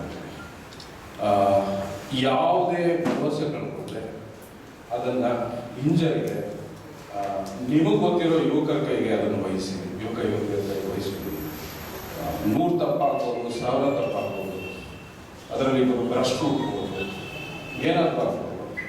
ಬಟ್ ಅಮೆರಿಕದ ಅದು ಈಗ ಕಳೆದ ಎಲೆಕ್ಷನ್ನಲ್ಲಿ ಸಾಧ್ಯ ಆಗಿದೆ, ಒಂದು ದೊಡ್ಡ ವೈಬ್ರೇಷನ್ ಇದೆ. ಅದರಿಂದ ಮುಂದಿನ ಪರಿಹಾರ 24ಕ್ಕೆ 3 ವರ್ಷ ಸೋಲ್ಸ್ಬಿಟ್ರೆ ಸರಿ ಹೋಗ್ಬಿಡುತ್ತೆ ಅಂದರೆ, ಈಗ ರೋಲ್ಔಟ್ ಮಾಡಿರೋ ಎಲ್ಲ ಪಾಲಿಸಿಗಳನ್ನು ನಾನೇ ಪ್ರಧಾನಿ ಆದರೆ ವಾಪಸ್ ಸುತ್ತಿಡ್ಲಿಕ್ಕಾಗಲ್ಲ. ಆ ಪರಿಸ್ಥಿತಿಯಲ್ಲೇ ಇರುತ್ತೆ. ಅದರಿಂದ ಇದು 10-15 ವರ್ಷಗಳ ನಿರಂತರ ಹೋರಾಟ. ಅಧಿಕಾರದಲ್ಲಿ ಯಾರೇ ಇರಲಿ, ಮೋದಿನೇ ಇರ್ಬೋದು, ಇನ್ನೊಬ್ಬನೇ ಇರ್ಬೋದು, ಯಾರಾದರೂ ಇರ್ಬೋದು, ನನ್ನಂತ ಯುವಕನಿಗೆ ಅನ್ಸ್ಬಿಟ್ಟು ಇದೊಂದು ದೊಡ್ಡ ಪೊಲಿಟಿಕಲ್ ಎಕನಾಮಿಕ್ ಸ್ಟ್ರಗಲ್ ಇದು. ಇದಕ್ಕೆ ನಮ್ಮ ಹತ್ರ ಪರಿಹಾರಗಳಿವೆ, ಬೌದ್ಧಿಕತೆ ಇವೆ, ಇಂಟೆಲೆಕ್ಚುಯಲ್ ಆಪರೇಟರ್ಸ್ ಇವೆ, ಖಂಡಿತ ಇದೆ. ನಮ್ಮ ಹಿರಿಯರಲ್ಲಿ ಅವ್ರು ಯಾರು ಭರವಸೆಗಳು ಕೊಟ್ಟೆ ಒಂದು ರೀತಿ ಸ್ಕ್ಯಾಟರ್ಡ್ ಆಗುತ್ತೆ, ಖಂಡಿತ ಇದ್ದಾರೆ. ನನ್ನ ಐಟಿಯಲ್ಲಿ ಕೆಲಸ ಮಾಡೋ ಎಷ್ಟೋ ಸ್ನೇಹಿತರು ಬಹುಶಃ ಬಾಯಿ ಮುಚ್ಚಿದ್ರು, ಬೈಕೇನು ಮುಚ್ಚಿಲ್ಲ ಅವರು, they don't how to respond. ಅದರಿಂದ ಸೋಷಿಯಲ್ ಮೀಡಿಯಾ ಟ್ರೋಲ್ ಆಗಬೇಕು ಬಗ್ಗೆ ಯಾರು ಅಷ್ಟೊಂದು ಇದೆ ಇಲ್ಲ ಅಂತ ಅಟ್ಯಾಕ್ ಆದರೆ ಇದನ್ನೆಲ್ಲ ಬಗ್ಗು ಪಡೆದು ನಿಲ್ಲಿಸ್ಬೋದು. ಅದಕ್ಕೆ ತಕ್ಷಣಕ್ಕೆ ನಿಮ್ಮಂತೆ ಹಿರಿಯರು ಈಗ ರಾಜ್ಯದಿಂದಲಿದ್ದಾರೆ, ಇಲ್ಲಿ ಸುಮಾರು ಹುಡುಗರು ಮೀಡಿಯಾ ಕಟ್ತಿದ್ದಾರೆ. ಅದರಿಂದ ನಿಮ್ಮ ಸೋಷಿಯಲ್ ಕಾಂಟ್ಯಾಕ್ಟ್ಸಲ್ಲಿ ಸೋಷಿಯಲ್ ಕ್ಯಾಪಿಟಲ್ ಮೊಬಿಲೈಸ್ ಮಾಡ್ತೀವಿ, ಫೈನಾನ್ಸ್ ಮೊಬಿಲೈಸ್ ಮಾಡ್ತೀವಿ. ಇಷ್ಟೆಲ್ಲ ಮಾಡಿದ್ರೆ ಪರ್ಯಾಯ ಖಂಡಿತವಾಗೂ ಇದು ನನ್ನ ವೈಯಕ್ತಿಕ ಅಭಿಪ್ರಾಯದಲ್ಲಿ ಇದೊಂದು ಕೊನೆಯ ಹಂತದ ಹೋರಾಟ. ಒಂದು 10 ವರ್ಷದ ಸ್ಟ್ರಗಲ್ ಆದರೆ ಒಂದು ಮಟ್ಟಕ್ಕೆ ಹೋಗಿ ತಿರ್ಗೋ ಸ್ಟೇಟಸ್ಗೆ ಹೋಗುತ್ತೆ. ಬಹುಶಃ ಆಗ ನಂದು 60 ವರ್ಷ ಆ ಕ್ವಶನ್ ಮುಗಿಬೋದು.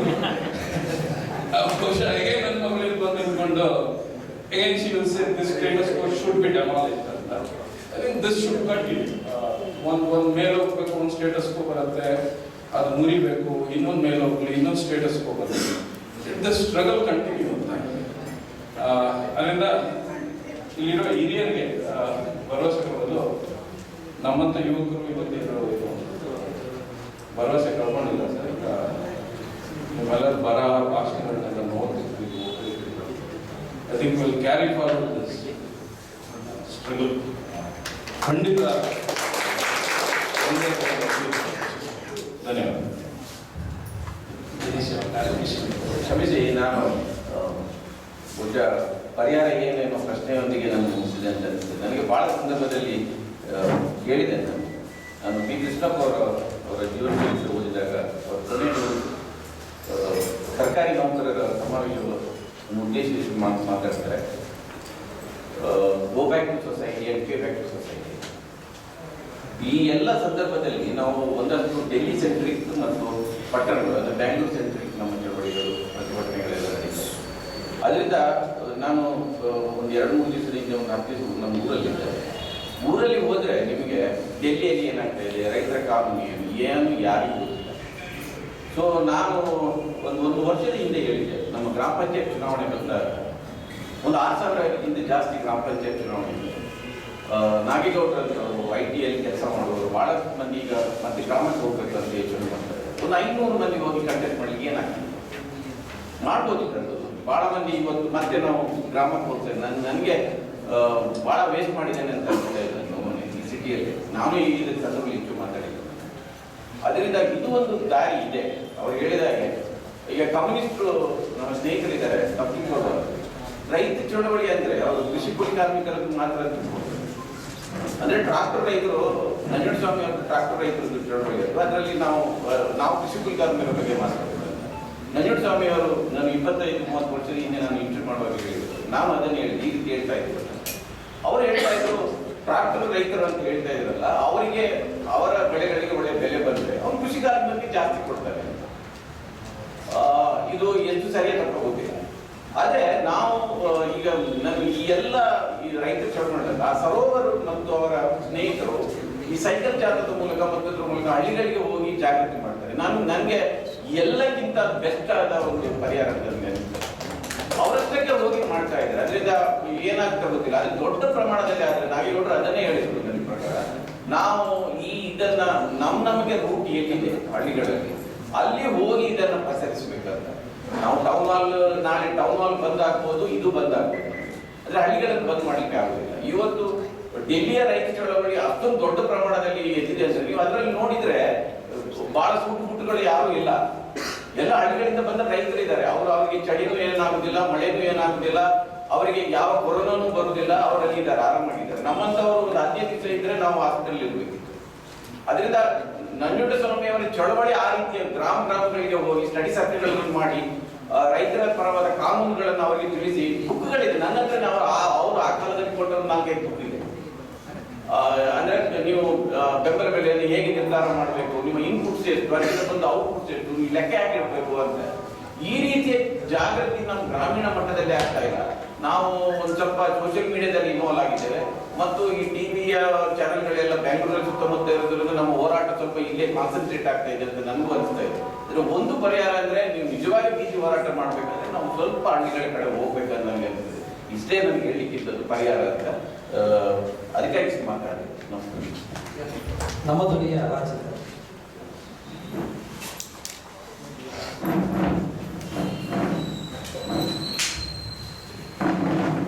ಬಹುಶಃ ನಾನು ಈ ಸಂದರ್ಭದಲ್ಲಿ ಒಬ್ಬ ವ್ಯಕ್ತಿನ ಮಿಸ್ ಮಾಡ್ಕೊಳ್ತಿದ್ದೆ, ನಾನು ಮಹೇಂದ್ರ ಕುಮಾರ್. ಆ ನಮ್ಮ ಧ್ವನಿಯ ಹುಡುಗರು ಇವತ್ತು ಕಡಿಮೆ ಒಂದು 25 ಹುಡುಗರಿದ್ದೀವಿ, ಇವತ್ತು ಬಂದಿದ್ದೀವಿ.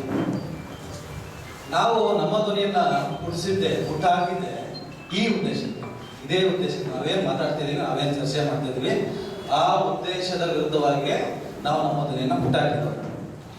ನಾನಿವತ್ತು ಒಬ್ಬ ನಮ್ಮ ಧ್ವನಿಯ ಸದಸ್ಯನಾಗಿ ಮಾತಾಡೋದಕ್ಕಿಂತ ಒಬ್ಬ ಪತ್ರಕರ್ತನಾಗೆ ಮಾತಾಡ್ತೀನಿ. ನಾನು 15 ವರ್ಷದಿಂದ ಪತ್ರಕರ್ತರಲ್ಲಿ ಇದ್ದೀನಿ. ಪತ್ರಕರ್ತನಾಗಿ ಒಂದು ಚಾನಲಲ್ಲಿ ಕೆಲಸ ಮಾಡ್ತಾನೆ ನಾನು NRCCA ಹೋರಾಟದಲ್ಲಿ ಭಾಗಿಯಾಗ್ತೀನಿ. ನನಗೆ ರಜೆ ಬೇಕು, ಹುಷಾರಿಲ್ಲ ಅಂತ ನಾನು ಭಾಗಿಯಾಗ್ತೀನಿ. ಆಮೇಲೆ ನೋಡ್ತಾರಲ್ಲ ಈ ಟಿವಿಯಲ್ಲಿ ಅಲ್ಲಿ ಇಲ್ಲಿ ಎಲ್ಲ ನೋಡಿದ್ಮೇಲೆ ಇವನು ಸುಳ್ಳು ಹೇಳ್ತಿದ್ದಾರೆ ಅಂತ ಹೇಳ್ಬಿಟ್ಟು ಸ್ವಲ್ಪ ಟಾರ್ಗೆಟ್ ಮಾಡ್ತಾರೆ. ನಾನು ಅಲ್ಲಿಂದ ಹೊರಗೆ ಬರ್ತೀನಿ. ನನಗೆ ಸರಿ ಅದು ಅನಿಸ್ತು, ಅಲ್ಲಿ ಒಳಗಿರೋ ಸರಿ ಅನ್ಸಲ್ಲ. ಅಮ್ಮ ಮಾತಾಡ್ಬೇಕಾದ್ರೆ ಹೇಳಿದ್ರಿ, ಮಾಲೀಕರು ಏನು ಹೇಳ್ತಾರೆ ಅದನ್ನ ಪತ್ರಕರ್ತರು ಮಾಡಬೇಕಾಗುತ್ತೆ ನಮ್ಮಂತರು ಅಂತ. ಅವ್ರು ಏನು ಡೈರೆಕ್ಷನ್ ಕೊಡ್ತಾರೆ ಆ ಕೆಲಸವನ್ನು ನಾವು ಮಾಡಬೇಕಂತ ಅನಿವಾರ್ಯತೆ ಇದೆ ಅಂತ. ನಾನು ಕೆಲಸ ಮಾಡ್ತಾ ಇದ್ದಿದ್ದು ಒಂದು ಸೆಕ್ಯುಲರ್ ಬೇಸ್ಮೆಂಟ್ ಇರೋ ಚಾನಲ್. ನಾವು ಯಾವತ್ತೂ ಕಾಂಪ್ರಮೈಸ್ ಆಗಿರಲಿಲ್ಲ ಕೋಮುವಾದಕ್ಕೆ.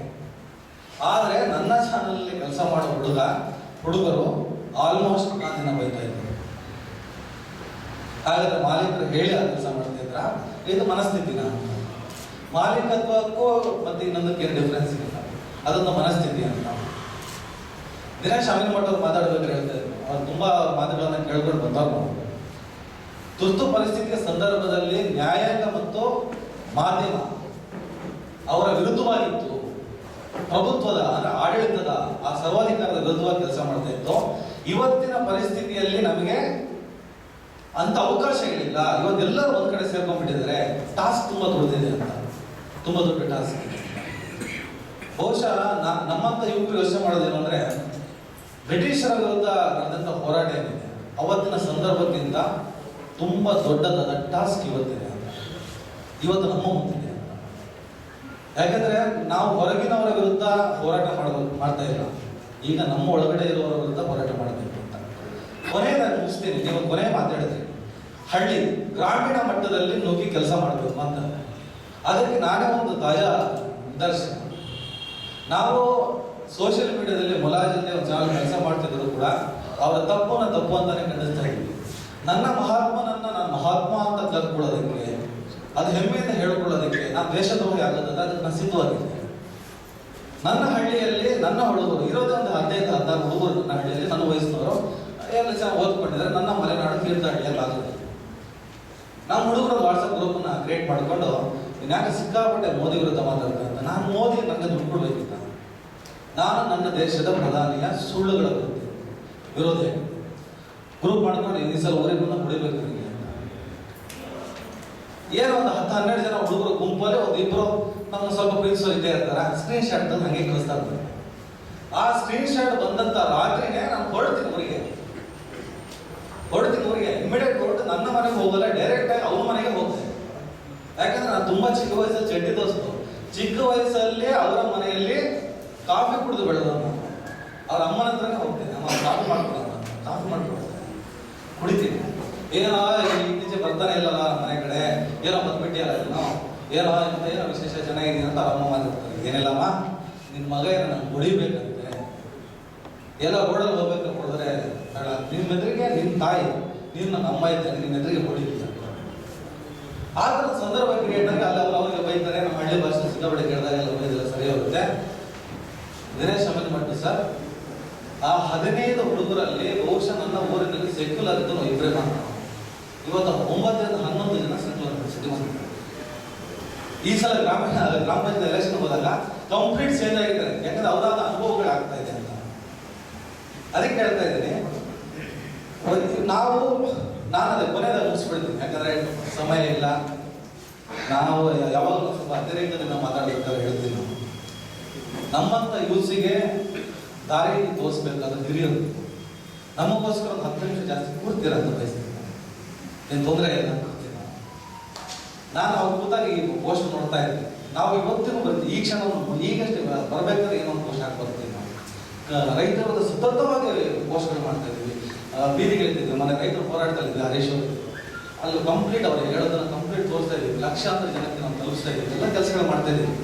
ನಾನು ಅದನ್ನೇ ಈ ಕೂತಾಗ ಅದನ್ನೇ ಈ ಪೋಸ್ಟ್ ಮಾಡ್ತಾ ಇದ್ದೀನಿ. ಬಹುಶಃ ಕರ್ನಾಟಕದಲ್ಲಿ ನೆಕ್ಸ್ಟ್ ಏನಾದರೂ ಈ ಥರದ ದಿನ ಆದರೆ ಈ ಲೀಸ್ಟಲ್ಲಿ ನಾವು ಇರ್ಬೋದು ಅಂತ. ಹಾಗಾಗಿ ನಾವು ಯಾವುದೇ ಕಾರಣಕ್ಕೂ ಸತ್ಯ ಹೇಳೋಕ್ಕೆ ಹೆದರಲೇಬಾರ್ದು, ಸತ್ಯ ಹೇಳೋಕ್ಕೆ ಭಯ ಬೀಳಬಾರ್ದು. ನಮ್ಮ ಧ್ವನಿ ಬಳಗ ಅಂತ ನಮ್ಮ ಧ್ವನಿ ಕಟ್ಟಿದ್ದೀವಿ ಮಹೇಂದ್ರ ಕುಮಾರ್ ಅವರು ಕಂಡ ಕನಸು ಕೂಡ ಅಷ್ಟೇ. ನಾವು ಯಾರನ್ನು ಬೈಯೋದಲ್ಲ, ಸ್ವಲ್ಪ ತಿಳುವಳಿಕೆ ಹೇಳುವ ಪ್ರಯತ್ನಗಳನ್ನು ಮಾಡೋಣ. ಬೈದ್ರೆ ದೂರ ಆಗ್ತಾನೆ ಅಂತ.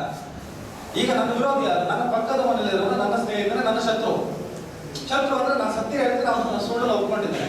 ಅವರನ್ನು ನಾನು ತಿದ್ದಬೇಕು ಅಂದ್ರೆ ಅವನು ತಿದ್ದೋ ಪ್ರಯತ್ನ ಮಾಡಬೇಕು, ಅವನು ಹೋಲಕ್ಕಾಗಬೇಕು. ಒಂದ್ಸಲ ಹೆಂಗೆ ಕೇಳಲ್ಲ. ಈಗ ಅವ್ರು ಹೆಂಗಿದ್ರೆ ಅಂಧ ಭಕ್ತಿ ಇನ್ನೊಂದು ಭಕ್ತಿ ಅಂತ ಅವರೆಲ್ಲ ಹೆಂಗಿರ್ತಾರೆ ಗೊತ್ತಾ? ಈಗ ಚಿಕ್ಕ ಮಕ್ಕಳಿದ್ದಂಗೆ ABCD ಕಲ್ಸಕ್ಕೆ ಭಾಳ ಕಷ್ಟ. ಕಲಿಸ್ತಾ ಅವ್ರು ಕಲಿತಾ ಹೋಗ್ತಾರೆ.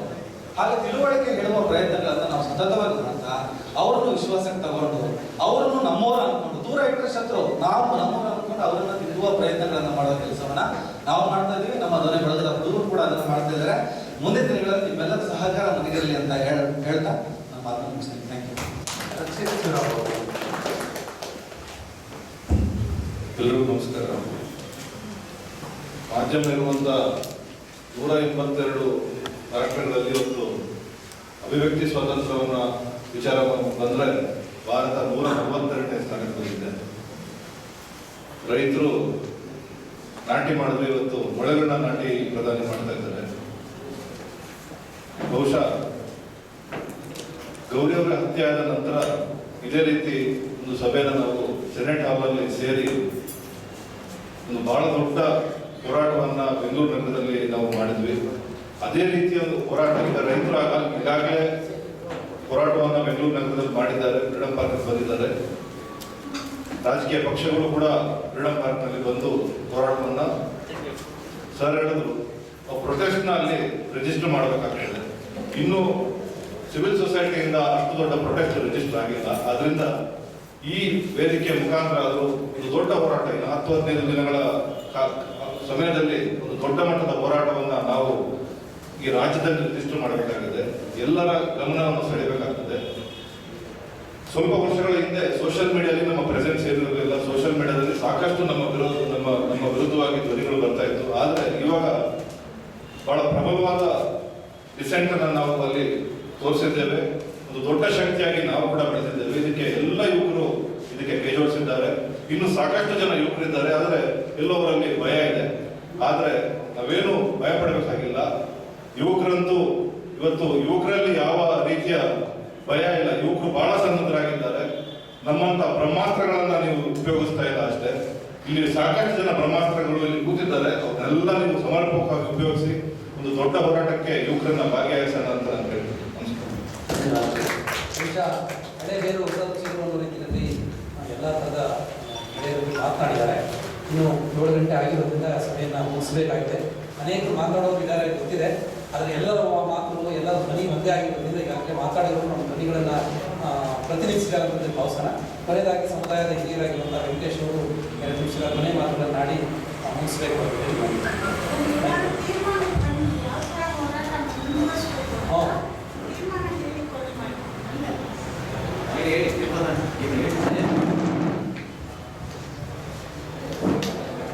ಎಲ್ಲರಿಗೂ ನಮಸ್ಕಾರ.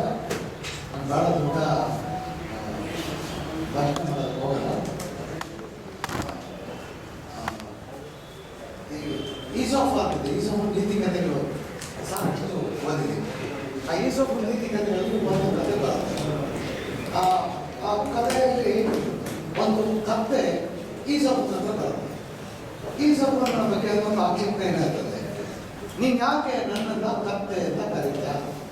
ನನ್ನ ಕತೆ ಕರೆದ್ರೆ ಎಲ್ಲರೂ ನನ್ನ ನೋಡಿರ್ತಾರೆ, ನನ್ನ ಕೀಳಾಡ್ತಾರೆ, ನನಗೆ ಭಾಳ ಅವಮಾನ ಆಗುತ್ತೆ. ಅದರಿಂದ ನೀನು ಕತೆ ನನ್ನ ಬೇರೆ ಇನ್ನೇನಾದರೂ ಕರಿಬೇಕು. ಅದಕ್ಕೆ ಈ ಸ್ವಲ್ಪ ಗಮನ ಹೇಳ್ತಾರೆ. ನಾನು ನಿನ್ನನ್ನು ನಾನು ಫಿಲಾಸಫರ್ ಅಂದರೆ ಜನಗಳು ನನ್ನನ್ನು ಕತೆ ಅಂತಾರೆ. ಅದಕ್ಕೆ ನಾನು ಫಿಲಾಸಫರ್ ಆಗಿ ಇಷ್ಟಪಡ್ತೀನಿ, ನಿನ್ನನ್ನೇ ಕತೆ ಅಂತ ಹೇಳ್ತೀನಿ. ಅಥವಾ ನೇರವಾಗಿ ನಾವು ಕತೆ ಅಂತ ಹೇಳೋ ಕಾಲ ಮೊದಲು ಇತ್ತು, ಈಗ ಎಂದಿಗಿಂತಲೂ ಕೂಡ ಹೆಚ್ಚಿಗೆ ಇದೆ. ಮೋದಿ ಎಷ್ಟು ಜನ ಪ್ರೋಗ್ರೆಸ್ ಇವರು ಬೆಂಗಳೂರು ಹಾಕೋರು, ಇವರು ವಿಶ್ವಗುರು, ಇವರು ಫಿಲಾಸಫರು, ಅದು ಹೇಳ್ತಾರೆ. ಮೊದಲು ಈಗ ಮೋದಿ ಕತೆ ಅಂತ ಹೇಳಿ, ಅಥವಾ ಮೋದಿಯ ಪ್ರತಿನಿಧಿಗಳು ಯಾರಿದ್ದಾರೆ ಅವ್ರಿಗೆ ಕತೆ ಅಂತ ಹೇಳಬೇಕು. ಒಂದು ಕತೆ ಅಂತ ಹೇಳುವಂಥ ಈಗ ನಮಗೆ ಬರಬೇಕು. ನಮ್ಗೆ ಸರಿ ಈ ಸಿನಿಮಾದಲ್ಲಿ ಹೀರೋಗಳು ಒಬ್ಬೊಬ್ಬರು 10 ಜನ 20 ಜನ ಹೊಡೆದಾಕ್ಬಿಡ್ತಾರೆ. ಆ ಥರ ನಾವು ಹೋರಾಟ ಮಾಡೋಕ್ಕೆ ಸಾಧ್ಯ ಇಲ್ಲ ನೀತಿ ಜೀವನದಲ್ಲಿ.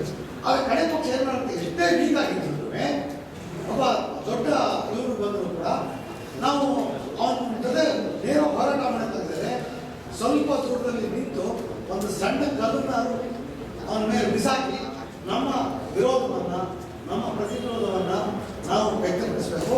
ಆ ಕಾಲ ಈಗ ಅದೇ ಬಂದಿದೆ.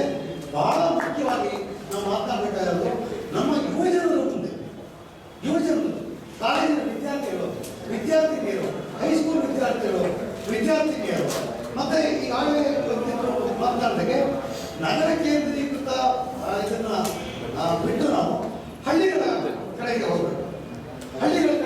ಆದರೆ ಅದಕ್ಕೇನು ಮಾಡ್ತೀವಿ ನಾವು, ಏನೇನನ್ನು ಎಕ್ಸ್ಪೆಕ್ಟ್ ಮಾಡ್ತೀವಿ.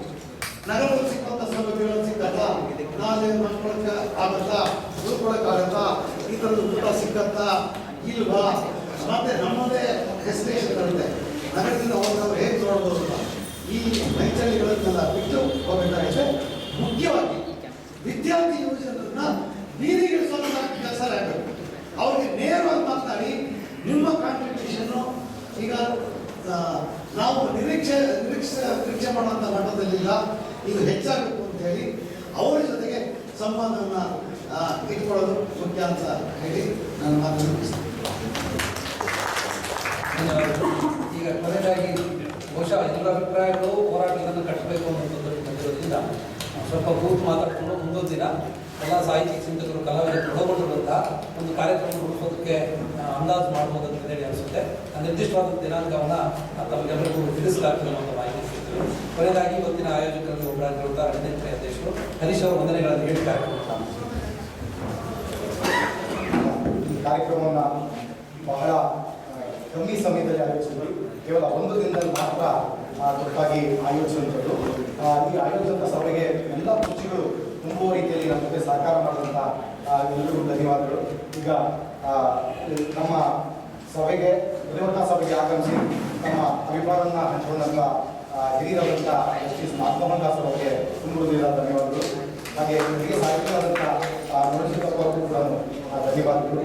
ಮತ್ತು ಸಾಹಿತ್ಯವಾದಂಥ ಲತಾ ನಾಯ್ಕ ಅವರಿಗೂ ಕೂಡ ಧನ್ಯವಾದಗಳು. ಹಿರಿಯ ವಕೀಲರಾದಂಥ ಬಲನ್ ಅವರಿಗೂ ಕೂಡ ಧನ್ಯವಾದಗಳು. ಮತ್ತು ಅಭಿವೃದ್ಧಿ ಪ್ರಾಧಿಕಾರದ ಮಾಜಿ ಅಧ್ಯಕ್ಷರಾದಂಥ ಸಿದ್ದರಾಮಯ್ಯ ಅವರಿಗೂ ಕೂಡ ಧನ್ಯವಾದಗಳು. ನಾಡಿನ ಹಿರಿಯ ಪತ್ರಕರ್ತರಾದಂಥ ದಿನೇಶ್ ಅಮೀನ್ಮಠ ಅವರಿಗೂ ಕೂಡ ಧನ್ಯವಾದಗಳು. ವರಲಕ್ಷ್ಮಿ ಅವರಿಗೂ ಕೂಡ ಧನ್ಯವಾದಗಳು. ವಸುಂಧರಾ ಭೂಪತಿ ಅವರಿಗೂ ಕೂಡ ಧನ್ಯವಾದಗಳು. ಹಾಗೆ ಇಲ್ಲಿ ಸೇರಿರುವಂಥ ಆಗಮಿಸಿರುವಂಥ ಎಲ್ಲ ಸಂಘ ಸಂಸ್ಥೆಗಳು, ಸಾಮಾಜಿಕ ಹೋರಾಟಗಾರರು ಎಲ್ಲರಿಗೂ ಸೇರಿದಂತೆ ತುಂಬೂರು ಧನ್ಯವಾದಗಳು. ಮತ್ತು ಈ ಹೋರಾಟದಲ್ಲಿ ಪಾಲ್ಗೊಂಡಿದ್ದೀವಿ, ಪ್ರತಿಭಟನಾ ಸಭೆಯಲ್ಲಿ ಪಾಲ್ಗೊಂಡಿದ್ದೀವಿ ಅನ್ನೋದೇ ನಮ್ಮ ಹೋರಾಟದ ಮುಂದಿನ ಹೋರಾಟದ ಹೆಜ್ಜೆಗಳನ್ನು ಸದ್ಯದಲ್ಲಿ ಮತ್ತೆ ಏನಾದರೂ ತೀರ್ಮಾನ ಮಾಡಿ ತಿಳಿಸ್ತೀವಿ ಅಂತ ಹೇಳ್ತಾ ಈ ಪ್ರತಿಭಟನಾ ಸಭೆಯನ್ನು ಇಲ್ಲಿಗೆ ಮುಕ್ತಾಯಗೊಳಿಸಿದ್ದೀವಿ. ಧನ್ಯವಾದಗಳು. ಇದು ಈ ಸಭೆಯಲ್ಲಿ ನಡೆದ ಒಂದು ವಿಷಯ. ಇದನ್ನು ನಾವು ಅಲ್ಲಿ ಸೇರಿದ್ದ 100 ಜನರಿಗಷ್ಟೇ ಸೀಮಿತ ಮಾಡಬಾರ್ದು. ಈ ಒಂದು ವಿಷಯ ಇಡೀ ದೇಶಕ್ಕೆ, ನಮ್ಮ 135 ಕೋಟಿ ಜನರಿಗೆ ಸಂಬಂಧಿಸಿದ್ದು. ಯಾಕಂದರೆ ನಾವೆಲ್ಲರೂ ರೈತರ ಋಣದಲ್ಲಿದ್ದೀವಿ, ಅವ್ರು ಬೆಳೆದ ಅನ್ನ ತಿಂತಾ ಇದ್ದೀವಿ ಅಂದರೆ ನಾವೆಲ್ಲ ರೈತರ ಮಕ್ಕಳೇ. ನಾವು ರೈತರಿಗೆ ಕಿಂಚಿತ್ತಾದರೂ ಗೌರವ ಕೊಡೋದಾದರೆ, ಅವ್ರನ್ನ ಬೆಂಬಲಿಸೋದಾದರೆ, ಈ ಒಂದು ಸಾಹಿತಿಗಳು, ಪತ್ರಕರ್ತರು ಏನು ಹೇಳಿದ್ದಾರೆ ಅದನ್ನು ನಾವು ಎಲ್ರಿಗೂ, ಪ್ರತಿಯೊಬ್ಬರಿಗೂ ತಲುಪೋ ಥರ ಮಾಡೋದು. ದಯವಿಟ್ಟು ಇದನ್ನು ನೀವು ಮಾಡ್ತೀರಾ ಅಂತ ನಾನು ಆಶಿಸ್ತೀನಿ. ಈ ಒಂದು ಸಾಹಿತಿಗಳ, ಚಿಂತಕರ ದನಿಯನ್ನು ಎಲ್ರಿಗೂ ತಲುಪ್ಸೋಕ್ಕೆ ನೀವು ಈ ವಿಡಿಯೋನ ಶೇರ್ ಮಾಡ್ತೀರಾ ಮತ್ತು ನಮ್ಮ ಈ ಜನದನಿ ಚಾನಲ್ನ ಸಬ್ಸ್ಕ್ರೈಬ್ ಮಾಡ್ತೀರಾ ಅಂತ ಅಂದ್ಕೊಂಡು ಕೇಳ್ಕೊಳ್ತೀನಿ. ನಮಸ್ಕಾರ.